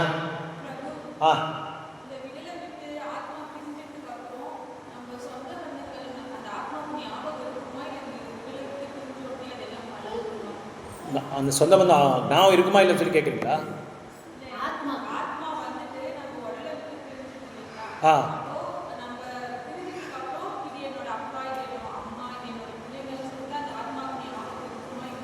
இருக்காதான்னு கேட்குறீங்களா? ரொம்ப இன்டெலிஜென்ட் கேள்வி இது. அந்த ஆத்மா வந்து அந்த சமயத்தில் தன்னோட ஹோம்ஒர்க் எப்படின்னு சொல்லி பார்க்கணும். அந்த வாழ்க்கையில் ஒரு 60 வருஷம் 50 வருஷம் 70 வருஷம் அவங்க வந்து வாழ்ந்துருக்காங்க அப்படின்னா அந்த 70 வருஷத்துல எத்தனை பேரை நிறைய அவங்க நினைச்சிருப்பாங்க, எத்தனை பேரை நிறைய ஞாபகம் வச்சிருக்காங்க, எந்த செயல் செஞ்சிருக்காங்க, அது மேலதான் ஆதாரப்பட்டிருக்கு. ஒருவேளை அவங்க அப்பா அம்மா மேல ரொம்ப பற்று இருந்து அப்பா அம்மாவையே பத்தி நினைச்சிட்டே அவங்க வந்து உடலை விட்டுருந்தா அவங்க அப்பா அம்மா அந்த ஆத்மாவுக்கு ஞாபகம். அதனாலதான் இந்த சடங்கெல்லாம் எதுக்கு பண்றாங்க அப்படின்னா, அந்த ஆத்மாவை வந்து இந்த உடலை வந்து பிரிக்கிறதுக்காக தான் அதெல்லாம் சடங்கு செய்யுது. ஏன்னா அந்த ஆத்மா வந்து அந்த உடலை விட்டு போக மாட்டாங்க, அது போக மாட்டான்ற நிலையில வந்து அந்த சம்ஸ்காரம் எல்லாம் செஞ்சு அவங்களை பிரிச்சு வெளியே அனுப்புறதுக்காக தான் அந்த சம்ஸ்காரமே பண்றாங்க. ஆனா பக்தரா இருக்கிற போது என்ன ஆகுதுன்னா, அவங்க என்ன பண்றாங்க அப்படின்னா, கிட்ட அப்பா அம்மாவோ மனைவியோ குழந்தைகளோ உறவினர்களோ யாரையும் வச்சுக்க மாட்டாங்க. ஏன் வச்சுக்க மாட்டாங்க அப்படின்னா, அந்த சமயத்துல யாரோட உணர்வு நமக்கு இருக்கக்கூடாது, பகவானோட உணர்வு மட்டும்தான் இருக்கணும். அதனாலதான் விதுரர் என்ன பண்றாரு அப்படின்னா, ஃபர்ஸ்ட் கேட்டோ நீங்க பாகவத படிச்சு சொல்றாங்க, இந்த நீ வந்து எங்க போகணும் அப்படின்னா, இந்த உங்களோட உறவினருக்கு யாருக்குமே நீ வந்து உடல் விடுறது தெரியக்கூடாது, இந்த உடலை விடுறது வந்து தெரியக்கூடாது, அந்த மாதிரி ஒரு இடத்துக்கு நீ போயிடு அப்படின்னு சொல்லி சொல்றாங்க. ஏன் அப்படின்னா, அந்த இடத்துக்கு போனா யாராவது பக்கத்துல வந்து நம்மளுக்கு என்ன ஆயிடும், அப்பா அழுதுட்டு இருக்காரு, அம்மா அழுதுட்டு இருக்காரு, இவங்க யார் பார்த்துக்கிறாங்க, அந்த மாதிரி ஒரு நினைவெல்லாம் நம்மளுக்கு வந்துடும். அவங்களுக்கு பாதுகாப்பு இல்லாத ஒரு அந்த சென்ஸ் எல்லாம் நம்மளுக்கு வந்துடும். அதனால முக்கியமா நம்ம என்ன பகவான் கிட்ட பிரார்த்தனை பண்ணா, நான் உடலா இருக்கும் போது உன்னோட பக்தர்கள் என் கூட இருக்கணும், பக்தர்கள் கூட இருந்து உன்னை நினைக்கிறதுக்கு என்னென்னலாம் என்னை வந்து தோண்டணுமோ அந்த மாதிரி தோண்டி அந்த மாதிரி ஒரு சீனை வந்து உருவாக்கணும் அப்படின்னு சொல்றாங்க. அதாவது நாம சங்கீர்த்தனம் பண்றது, கீதையை படிக்கிறது, பாகவதம் படிக்கிறது, சைத்தன்ய சரிதாமிரம் படிக்கிறது, லீலைகளை பற்றி சொல்றது, இந்த மாதிரி தான் அவங்களுக்கு வந்து அந்த ஆத்மாவுக்கு வந்து நம்ம சகாயம் பண்ணமே தவிர வேற எந்த விதமான இதுவும் நம்ம பண்ணக்கூடாது. அடே நல்லா இருந்தியே நீ போயிட்டியே, இந்த மாதிரி நிலைமை வந்துருச்சே உனக்கு, நான் யாருக்கு சொல்லுவேன், எப்படி சொல்லுவேன், என்ன பண்ணுவேன் அப்படின்னு சொல்லி நான் பேசவே கூடாது. அந்த சமயத்துல முக்கியமா கீர்த்தன், நாம சங்கீர்த்தனம் நான் பண்ணி அவங்களுக்கு வந்து கிருஷ்ணர் நான் வரணும். நீங்க பரத மகாராஜோட ஸ்டோரி அது நீங்க படிச்சா உங்களுக்கு தெரியும். பரத மகாராஜ் தன்னோட 2வது பிறவில என்ன பண்ணுவாங்கன்னா, பரத மகாராஜ் பிறவில அந்த மானையே நினைச்சு உடல் விட்டுறாரு. அதனால ஒரு மான உடல் விட்டுறது. ஸோ அந்த ஆத்மாக்கு எப்படி என்ன அப்பா அம்மாவோட நாமம் எப்படி இருக்குன்னா, அவங்கள பத்தியே நினைச்சிட்டு இருந்தா அவங்க அந்த நாமம் வந்துடும். யாரை பத்தி நினைக்கிறாங்களோ, யாரை பத்தி சிந்திக்கிறாங்களோ அந்த கவனம் அவங்களுக்கு வந்துடும், அந்த நாமம் அவங்களுக்கு வந்துடும். அதனால கண்டிப்பா பக்தரா இருந்தா அவங்க என்ன பண்ணுவாங்க அப்படின்னா, யாரோட ஸ்மரணமும் அவங்க வரக்கூடாது, பகவானை பத்தி தான் வரணும், பகவானோட லீலைகளை பத்தி தான். ஈவன் பக்தரோட வைத்து கூட வரக்கூடாது, ஒரு பக்தரோட ஸ்மரணம் கூட வரக்கூடாது. ஏன்னா பக்தரோட ஸ்மரணம் வந்து என்ன ஆகும், பக்தர் பிறவி வந்து பக்தரை பத்தி நம்ம நினைக்கும் போது அடுத்த பிறகு நம்ம திரும்பி பக்தரை வர வேண்டியதா இருக்கும். அதனால அந்த சமயத்துல பகவான் மட்டும் தான் நினைக்கணும். அதனால அவர் சொல்றாரு, அந்த காலே சமாமேவா ஸ்மரன் முக்கா தலைவரம், என்னையே நினைச்சிட்டு நீ உடலை விட்டா கண்டிப்பா நான் என்ன பண்றேன், என்னோட இயற்கையை என்னோட ராஜ்யத்தை நீ அடைவேன் அப்படின்னு சொல்றான். அதனால அந்த ஆத்மாவோட அந்த வாழ்நாள் ஃபுல்லா என்ன பண்ணிருக்காங்கன்றது இம்பார்ட்டன்ட். அது மேலதான் பேஸ் ஆயிருக்கு. அதை பேஸ் பண்ணி தான் அவங்க அடுத்த உடல் வரப்போகுது. அதுதான் ரொம்ப ரொம்ப இம்பார்ட்டன்ட். புரியுதுங்களா? ஸோ அதை பற்றி பகவானை பற்றியே நம்ம நினச்சிட்டு இருக்கோம். அதான் சொல்கிறாங்க, ஏன்னா கான்ஸ்டன்ட்லி இதை பக்தின டாக்டர் மாதிரி அதான் சொல்கிறாங்க, எப்பொழுதுமே என்னையே என்னோட நாமத்தையே சொல்லி என்ன நினச்சிட்டு இருக்கணும் அப்படிங்கிறாங்க. அது அந்த ஃபார்ம் கூட சொல்கிறாங்க. நீங்கள் பிரம்ம சமயத்தை படித்தா அதில் சொல்கிறாங்க, பந்தஸ்து கோபி சதவத்சர சம்பிரகம்யோ வாயோ ரதாபி மனசோ முனிப்புங்க வனம் எம் ஷியாம சுந்தரம். அந்த பகவான் வந்து வேணியை பிடிச்சி திரிபங்கி ரூபத்தில் இருப்பாங்க. திரிபங்கி ரூபத்தில் 3 பெண்டு, மேலே ஒரு பெட்டு, நடுவில் ஒரு பெட்டு, காலில் இப்படி ஒரு பெண்டு நிற்பாங்க இல்லையா, அந்த உருவத்தை நம்ம தியானம் பண்ணணும். ஏன்னா இப்போதுலேருந்தே வந்து அந்த ஒரு பக்தர் வந்து ஒரு உருவத்தை வந்து தியானம் பண்ணிக்கணும். அந்த உருவத்தை தியானம் பண்ணிக்கிட்டாதான் அந்த கடைசி நேரத்தில் அதே கோலத்தை நம்ம பார்க்கலாம் பகவான். இப்போ எக்ஸாம்பிள் பாருங்க, பீஷ்மர் என்ன பண்ணார் அப்படின்னா, அந்த படுக்கலை இருக்கும்போது பகவானை வந்து எப்படி பார்த்தாரு அப்படின்னா, போர் வீரராக பார்த்தாரு. அந்த சக்கராயுதம் எடுத்து இப்படி வராரு பாருங்க, பீஷ்மரை வந்து பண்றதுக்காக வராரு இல்லையா, அந்த கோலத்திலே அவரை பார்த்தாரு. அந்த கோலத்தில் அதை நினைச்சிட்டே வந்து அவர் என்ன பண்ணாரு, தன்னோட உடலை விட்டாரு. அதனாலதான் அவர் வந்து வெயிட் பண்ணாரு. ஏன்னா அவருக்கு வந்து இது இருக்கு, அந்த ஒரு வரம் இருக்கு, அவரே வந்து எப்ப வேணாலும் அவர் உடல் விடலாம். அந்த மாதிரி வரம் பீஷ்மர் இருக்கிறதுனால பகவான் வர வரைக்கும் அவர் காத்துட்டு இருந்தாரு. காத்துட்டு அந்த வீரமா வர்றாரு இல்ல கிருஷ்ணர், அந்த உருவத்தை வந்து பார்த்தாரு. அந்த உருவத்தை பார்த்து அதுக்கப்புறம் தான் உடலை விட்டார். ஸோ அதனால இப்போது நம்ம வந்து எங்கே போனோம் நம்ம தியானம் இருக்கணும். பகவான் இப்படி இந்த மாதிரி இதில் இருப்பார். இதுக்கெல்லாம் உதவகீதா நீங்கள் படித்தா நல்லாயிருக்கும். உதவகீதா இந்த மாதிரி அதெல்லாம் நிறைய பிரார்த்தனை இருக்குது, பக்தர்கள் பண்ண பிரார்த்தனை. உதவகீதா, கஜேந்திர மோட்சம், குந்தி பிரார்த்தனை, அப்புறம் துருவ மகாராஜோட பிரார்த்தனை, பிரகலாதர் பிரார்த்தனை, இந்த மாதிரி பிரார்த்தனைகள் நிறைய ப்ரேயர்ஸ் இருக்குது.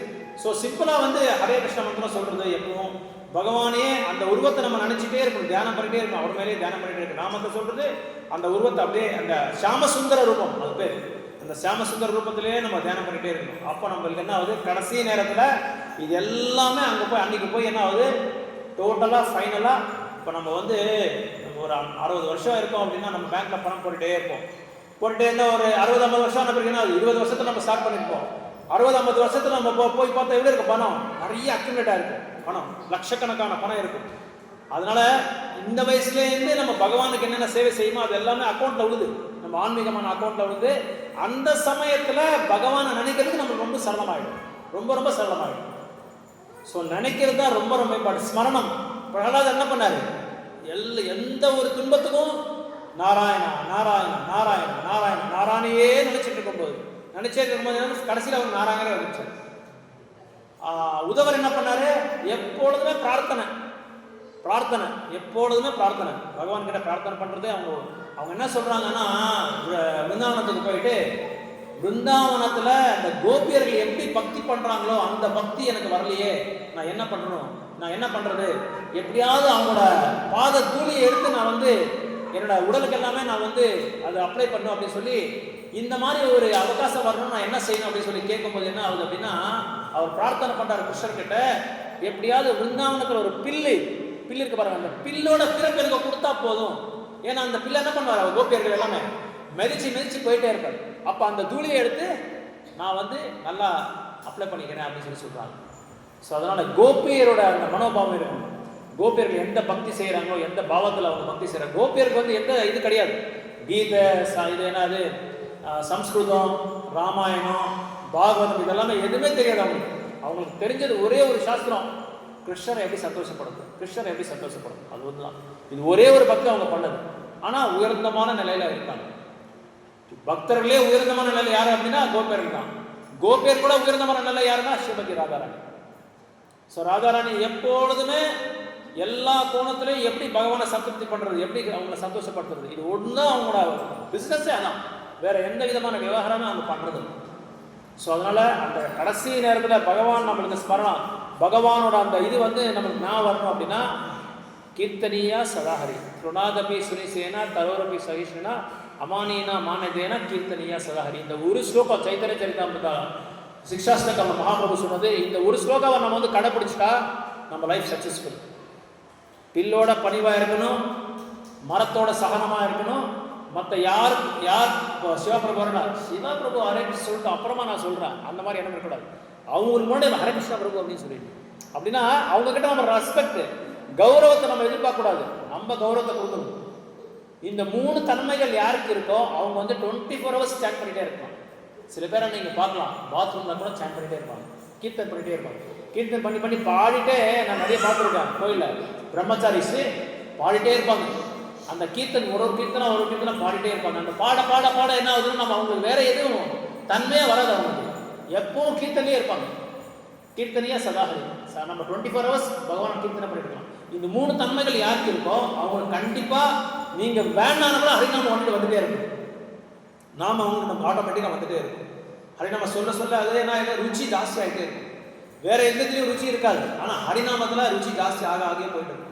அதுக்கு நிறைய நம்ம படிக்கணும். நல்லா பிரபுபாதர் புஸ்தகம் எல்லாமே நல்லா படிக்கணும். Small books, science of self, தன்னை அறிவு விஞ்ஞானம், அப்புறம் வந்து perfect questions perfect answers, Isopanishad, Bhakti Rasamritam. பக்தி ரசாமிரதத்தில் நீங்கள் பார்த்தா தான் உண்மையாக பக்தி என்னன்றது நமக்கு தெரியும். பக்தியில் எத்தனை வகை இருக்குது தெரியுமா? நிறைய வகைகள் இருக்குது பக்தியில். சாதன பக்தி இருக்குது, ராகானுகா பக்தி இருக்குது, அப்புறம் வந்து பிரேம பக்தி இருக்குது. இந்த மாதிரி வகையான பக்திகளை நம்ம பார்க்கலாம். இந்த மாதிரி ஆச்சாரியஸ் எல்லாம் அந்த பக்தியை அடைஞ்சு தான் அவங்க வந்து தூய்மையான பக்தர்கள் ஆனாங்க. ஸோ அதனால் அந்த முக்கியமாக சாண்டிங்கோட குவாலிட்டி நம்ம இம்ப்ரூவ் பண்ணணும்.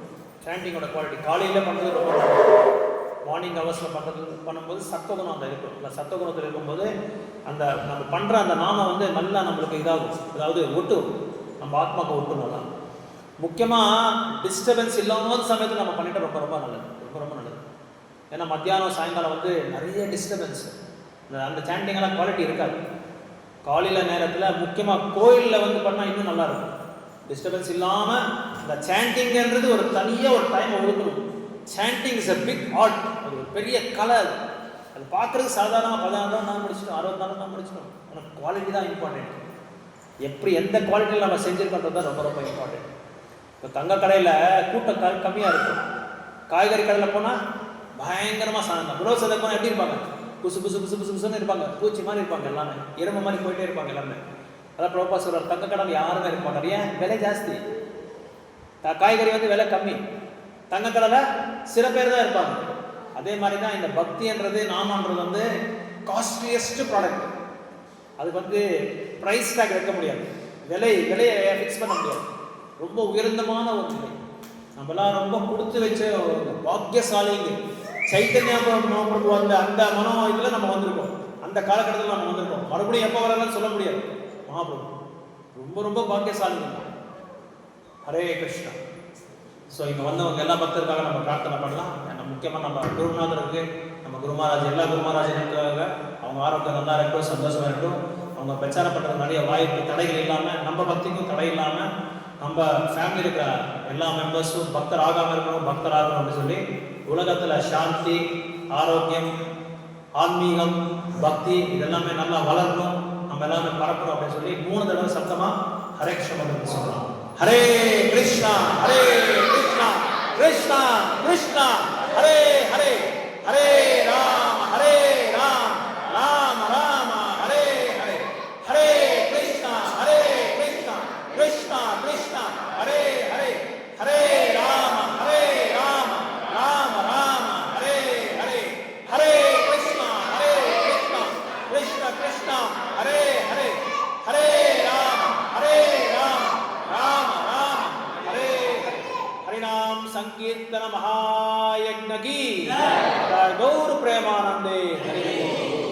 ஒரு விஞ்ஞானிகளை கொழு வந்து ஒரு தடவை மேலே போனாங்க ஸ்பேஸுக்கு போகும்போது இந்த கிராவிட்டிக்கு வந்து எப்படி அது வந்து சில நோட்ஸ் எல்லாம் எடுக்கணும், அதுக்கு வந்து பென் வேணும்னு சொல்லி எப்படி பென் எடுத்துட்டு போகிறது, அந்த கிராவிட்டி இருக்கிற இடத்துல வந்து பென் எழுத முடியாது. ஸோ பெண்ணு வேணும், அதுக்கு தகுந்த மாதிரி பெண்ணை வந்து உருவாக்கணும். அதுக்கு வந்து 12 மில்லியன் க்ரோர்ஸ் பெண்ணை வந்து உருவாக்கணும். 12 மில்லியன் க்ரோர்ஸ் அங்கே அந்த கிராவிட்டிக்கு இது எழுதுறதுக்காக. ஏன்னா அந்த மாதிரி ஒரு பெண்ணில் போய் எழுதுறாங்க, அங்கே வந்து எழுத முடியுமா? அப்போது இதை வந்து யோசனை பண்ணுறதுக்காக நிறைய பேர் ஒரு குழுவை கூப்பிட்டு அங்கே ஒரு சாதாரணமான செக்யூரிட்டி கார்டு அங்கே உட்காந்துருந்தாங்க. அவர் உட்காந்து இவங்க எல்லாமே தலை பிச்சுக்கிட்டு இருக்காங்க. 12 மில்லியன் கோடி எப்படா செலவழிக்கிறது யோசனை பண்ணாங்க. அப்போ செக்யூரிட்டி கார்டு ஒருத்தரை கூப்பிட்டாங்க, சயின்டிஸ்ட்டை. என்ன சார் இதெல்லாம் நிறைய ரொம்ப பயங்கரமாக நீங்கள் யோசனை பண்ணிருக்கீங்களே, அவன் பிச்சுக்கிட்டு இருக்கான் தலையை. என்ன சார் இந்த மாதிரி இருக்குது, இத்தனை கோடி செலவாகுது, என்ன பண்ணலாம், இதுக்கு ஏன் சார் இவ்வளோ கஷ்டப்படுறீங்க, ஒரு பென்சில் எடுத்து போய் எழுதுங்க சார் அப்படின்னு சொன்னாங்க. பென்சிலில் போய் எழுதுறதுன்னு சொன்னாங்க. ஆறாமா இத்தனை பல கோடி செலவு பண்ணாங்க. ஆனால் ஒரு சிம்பிளான ஒரு ஃபார்முலா கொடுத்தாரு. பென்சில் எடுத்து போய் டக்குன்னு எடுத்துட்டாரு, அங்கே எழுத்தலாம் வந்துருச்சு. அந்த மாதிரி குவான்டிட்டி இம்பார்ட்டன்ட் கிடையாது, குவாலிட்டி தான் இம்பார்ட்டன்ட். தரம் தான். நல்ல தரம் இருந்தால் எங்கே இருந்தாலும் நம்ம வந்து சக்ஸஸ் ஆகிடும். தரத்தை தான் நம்ம பார்க்கணும், குவாலிட்டியாக. இப்போது நிறைய பேர் கோயிலுக்கு அப்படின்னு என்ன செய்கிறாங்கன்னா 5 லிட்டர் எண்ணெய், 10 லிட்டர் கேன், 20 15 லிட்டர் கேன் எடுத்துருவாங்க. அதில் பார்த்தா பியூரிட்டியே இருக்காது ஆயில். சில பேர் என்ன பண்ணுறாங்க, கொஞ்சம் கொடுத்தா கூட தரமாக கொடுக்கலாம். ஒரு 100 ml கொடுத்தா கூட நல்லெண்ணெய், பியூர் நல்லெண்ணெய் கொடுத்தா பகவானுக்கு, இல்லை பியூர் நெய் கொடுத்தா என்ன இருக்கும், அது வந்து கவுண்ட் ஆகும். அதை விட்டு நிறைய நான் கொடுத்தேன்னு சொல்லி ஒரு டின் எடுத்து வருது, 15 லிட்டர் கொடுத்துருது, என் பேர் ஜாஸ்தியாக வருது சொல்லி. இன்னும் சில பேர்லாம் பார்த்துருப்பீங்க, இந்த பழைய கோயிலெலாம் டியூப்லைட் மேலே பெருசாக எழுதுவாங்க. இந்த மாதிரி நான் கொடுத்தேன் டியூப்லைட்டு, இது ஃபேன் நான் கொடுத்தேன், இந்த மணி நான் கொடுத்தேன், என் பேர் இது கேட்க டெய்லி வந்து அந்த பேரை பார்க்குறது. பகவானை பார்க்குறாங்களா இல்லையோ, அந்த மணி மேலே அந்த பேர் மட்டும் பார்த்துட்டு போவார். அப்பா அப்புறம் 10 பேர் வந்தா நான் தான் கொடுத்தது. கன்னடாவில் சொல்லுவாங்க, ಬಲಗೈಯಲ್ಲಿ ದಾನ ಮಾಡಿದ್ರೆ ಎಡಗೈಯಲ್ಲಿ ಬಲಗೈಯಲ್ಲಿ ದಾನ ಮಾಡಿದ್ರೆ ಎಡಗೈಯಲ್ಲಿ ಗೊತ್ತಾಗಬಾರ್ದು ಅಂತ சொல்லுவாங்க. வலது கையில் நம்ம தானம் பண்ணால் இந்த கை தெரியக்கூடாது. அந்த மாதிரி தானம் பண்ணி நான் அது கொடுத்தேன், நான் இதை கொடுத்தேன், அங்கே சொன்னேன். இந்த பழைய கோயிலாம் அப்படிதான், எல்லாம் பெருசாக எழுதுவாங்க. டியூப்லைட் மேலே, மணி மேலே, அந்த கம்பத்து மேலே, கருடஸ்தம்பத்து எல்லா இதுலையும் எழுதி வச்சுருவாங்க. பகவானை பார்க்குறாங்களா இல்லையா, அவங்கள மட்டும் நல்லா, அவங்க பேரை மட்டும் நல்லா பார்க்கணும். ஸோ அந்த மாதிரி அந்த என்ன சொல்கிறது, அந்த குவான்டிட்டி வந்து இம்பார்ட்டன்ட் கிடையாது, தரம் தான் இம்பார்ட்டன்ட், நம்ம குவாலிட்டி தான் இம்பார்ட்டன்ட். 16 ரவுண்டு சாண்டிங் பண்ணால் கூட அந்த குவாலிட்டி சாண்டிங் நம்ம இருக்கணும். அந்த குவாலிட்டி சாண்டிங் பண்ணுறதுனால நல்லா நம்ம கேட்கணும், காதால் நம்ம கேட்கணும். பண்ணுற சாண்டிங் காதால் கேட்டால் தான் அந்த உள்ளே போய் அந்த நாம நம்ம என்ன பண்ணோம், இதை எல்லாமே சுத்தமாக்கணும். இப்போ ஒரு ரவுண்ட் சாண்ட் பண்ணிடலாம். அதே மாதிரி அந்த தரத்தில் பரவாயில்லையா, எல்லோரும் பண்ணலாமா? जय श्री कृष्ण चैतन्य प्रभु नित्यानंद श्री अद्वैत गदाधर श्रीवासादि गौर भक्त இருக்கு. எதுக்காக இங்கே நான் பண்ண சொல்கிறேன்னா, பக்தர்கள் நடுவில் சாண்டிங் பண்ணால் பவர் ஜாஸ்தியாக இருக்கும். அதனால தான் நம்ம வீட்டில் பண்ணுறதுக்கு இங்கே பண்ணுறதுக்கு வந்து நிறைய வித்தியாசம் இருக்குது.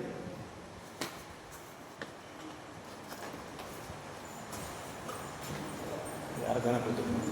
மாலை இல்லாதவங்க மாலை பிரபு கிட்ட வாங்கிக்கோங்க.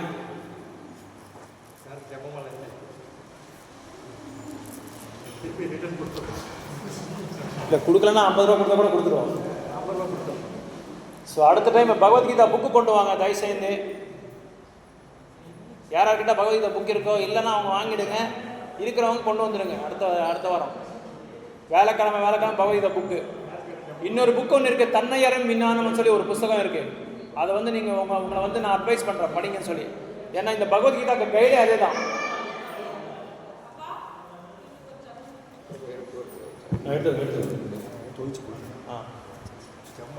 துவைக்கிறதுலாம் தேவையில்லை. மணி எடுத்துக்குவாங்க, பரவாயில்ல.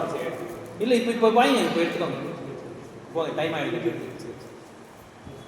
जय श्री कृष्ण चैतन्य प्रभु नित्यानंद श्री अद्वैत गदाधर श्रीवासादि गौरभक्तान. हरे कृष्ण कृष्ण कृष्ण हरे हरे, हरे राम राम राम. हरे कृष्ण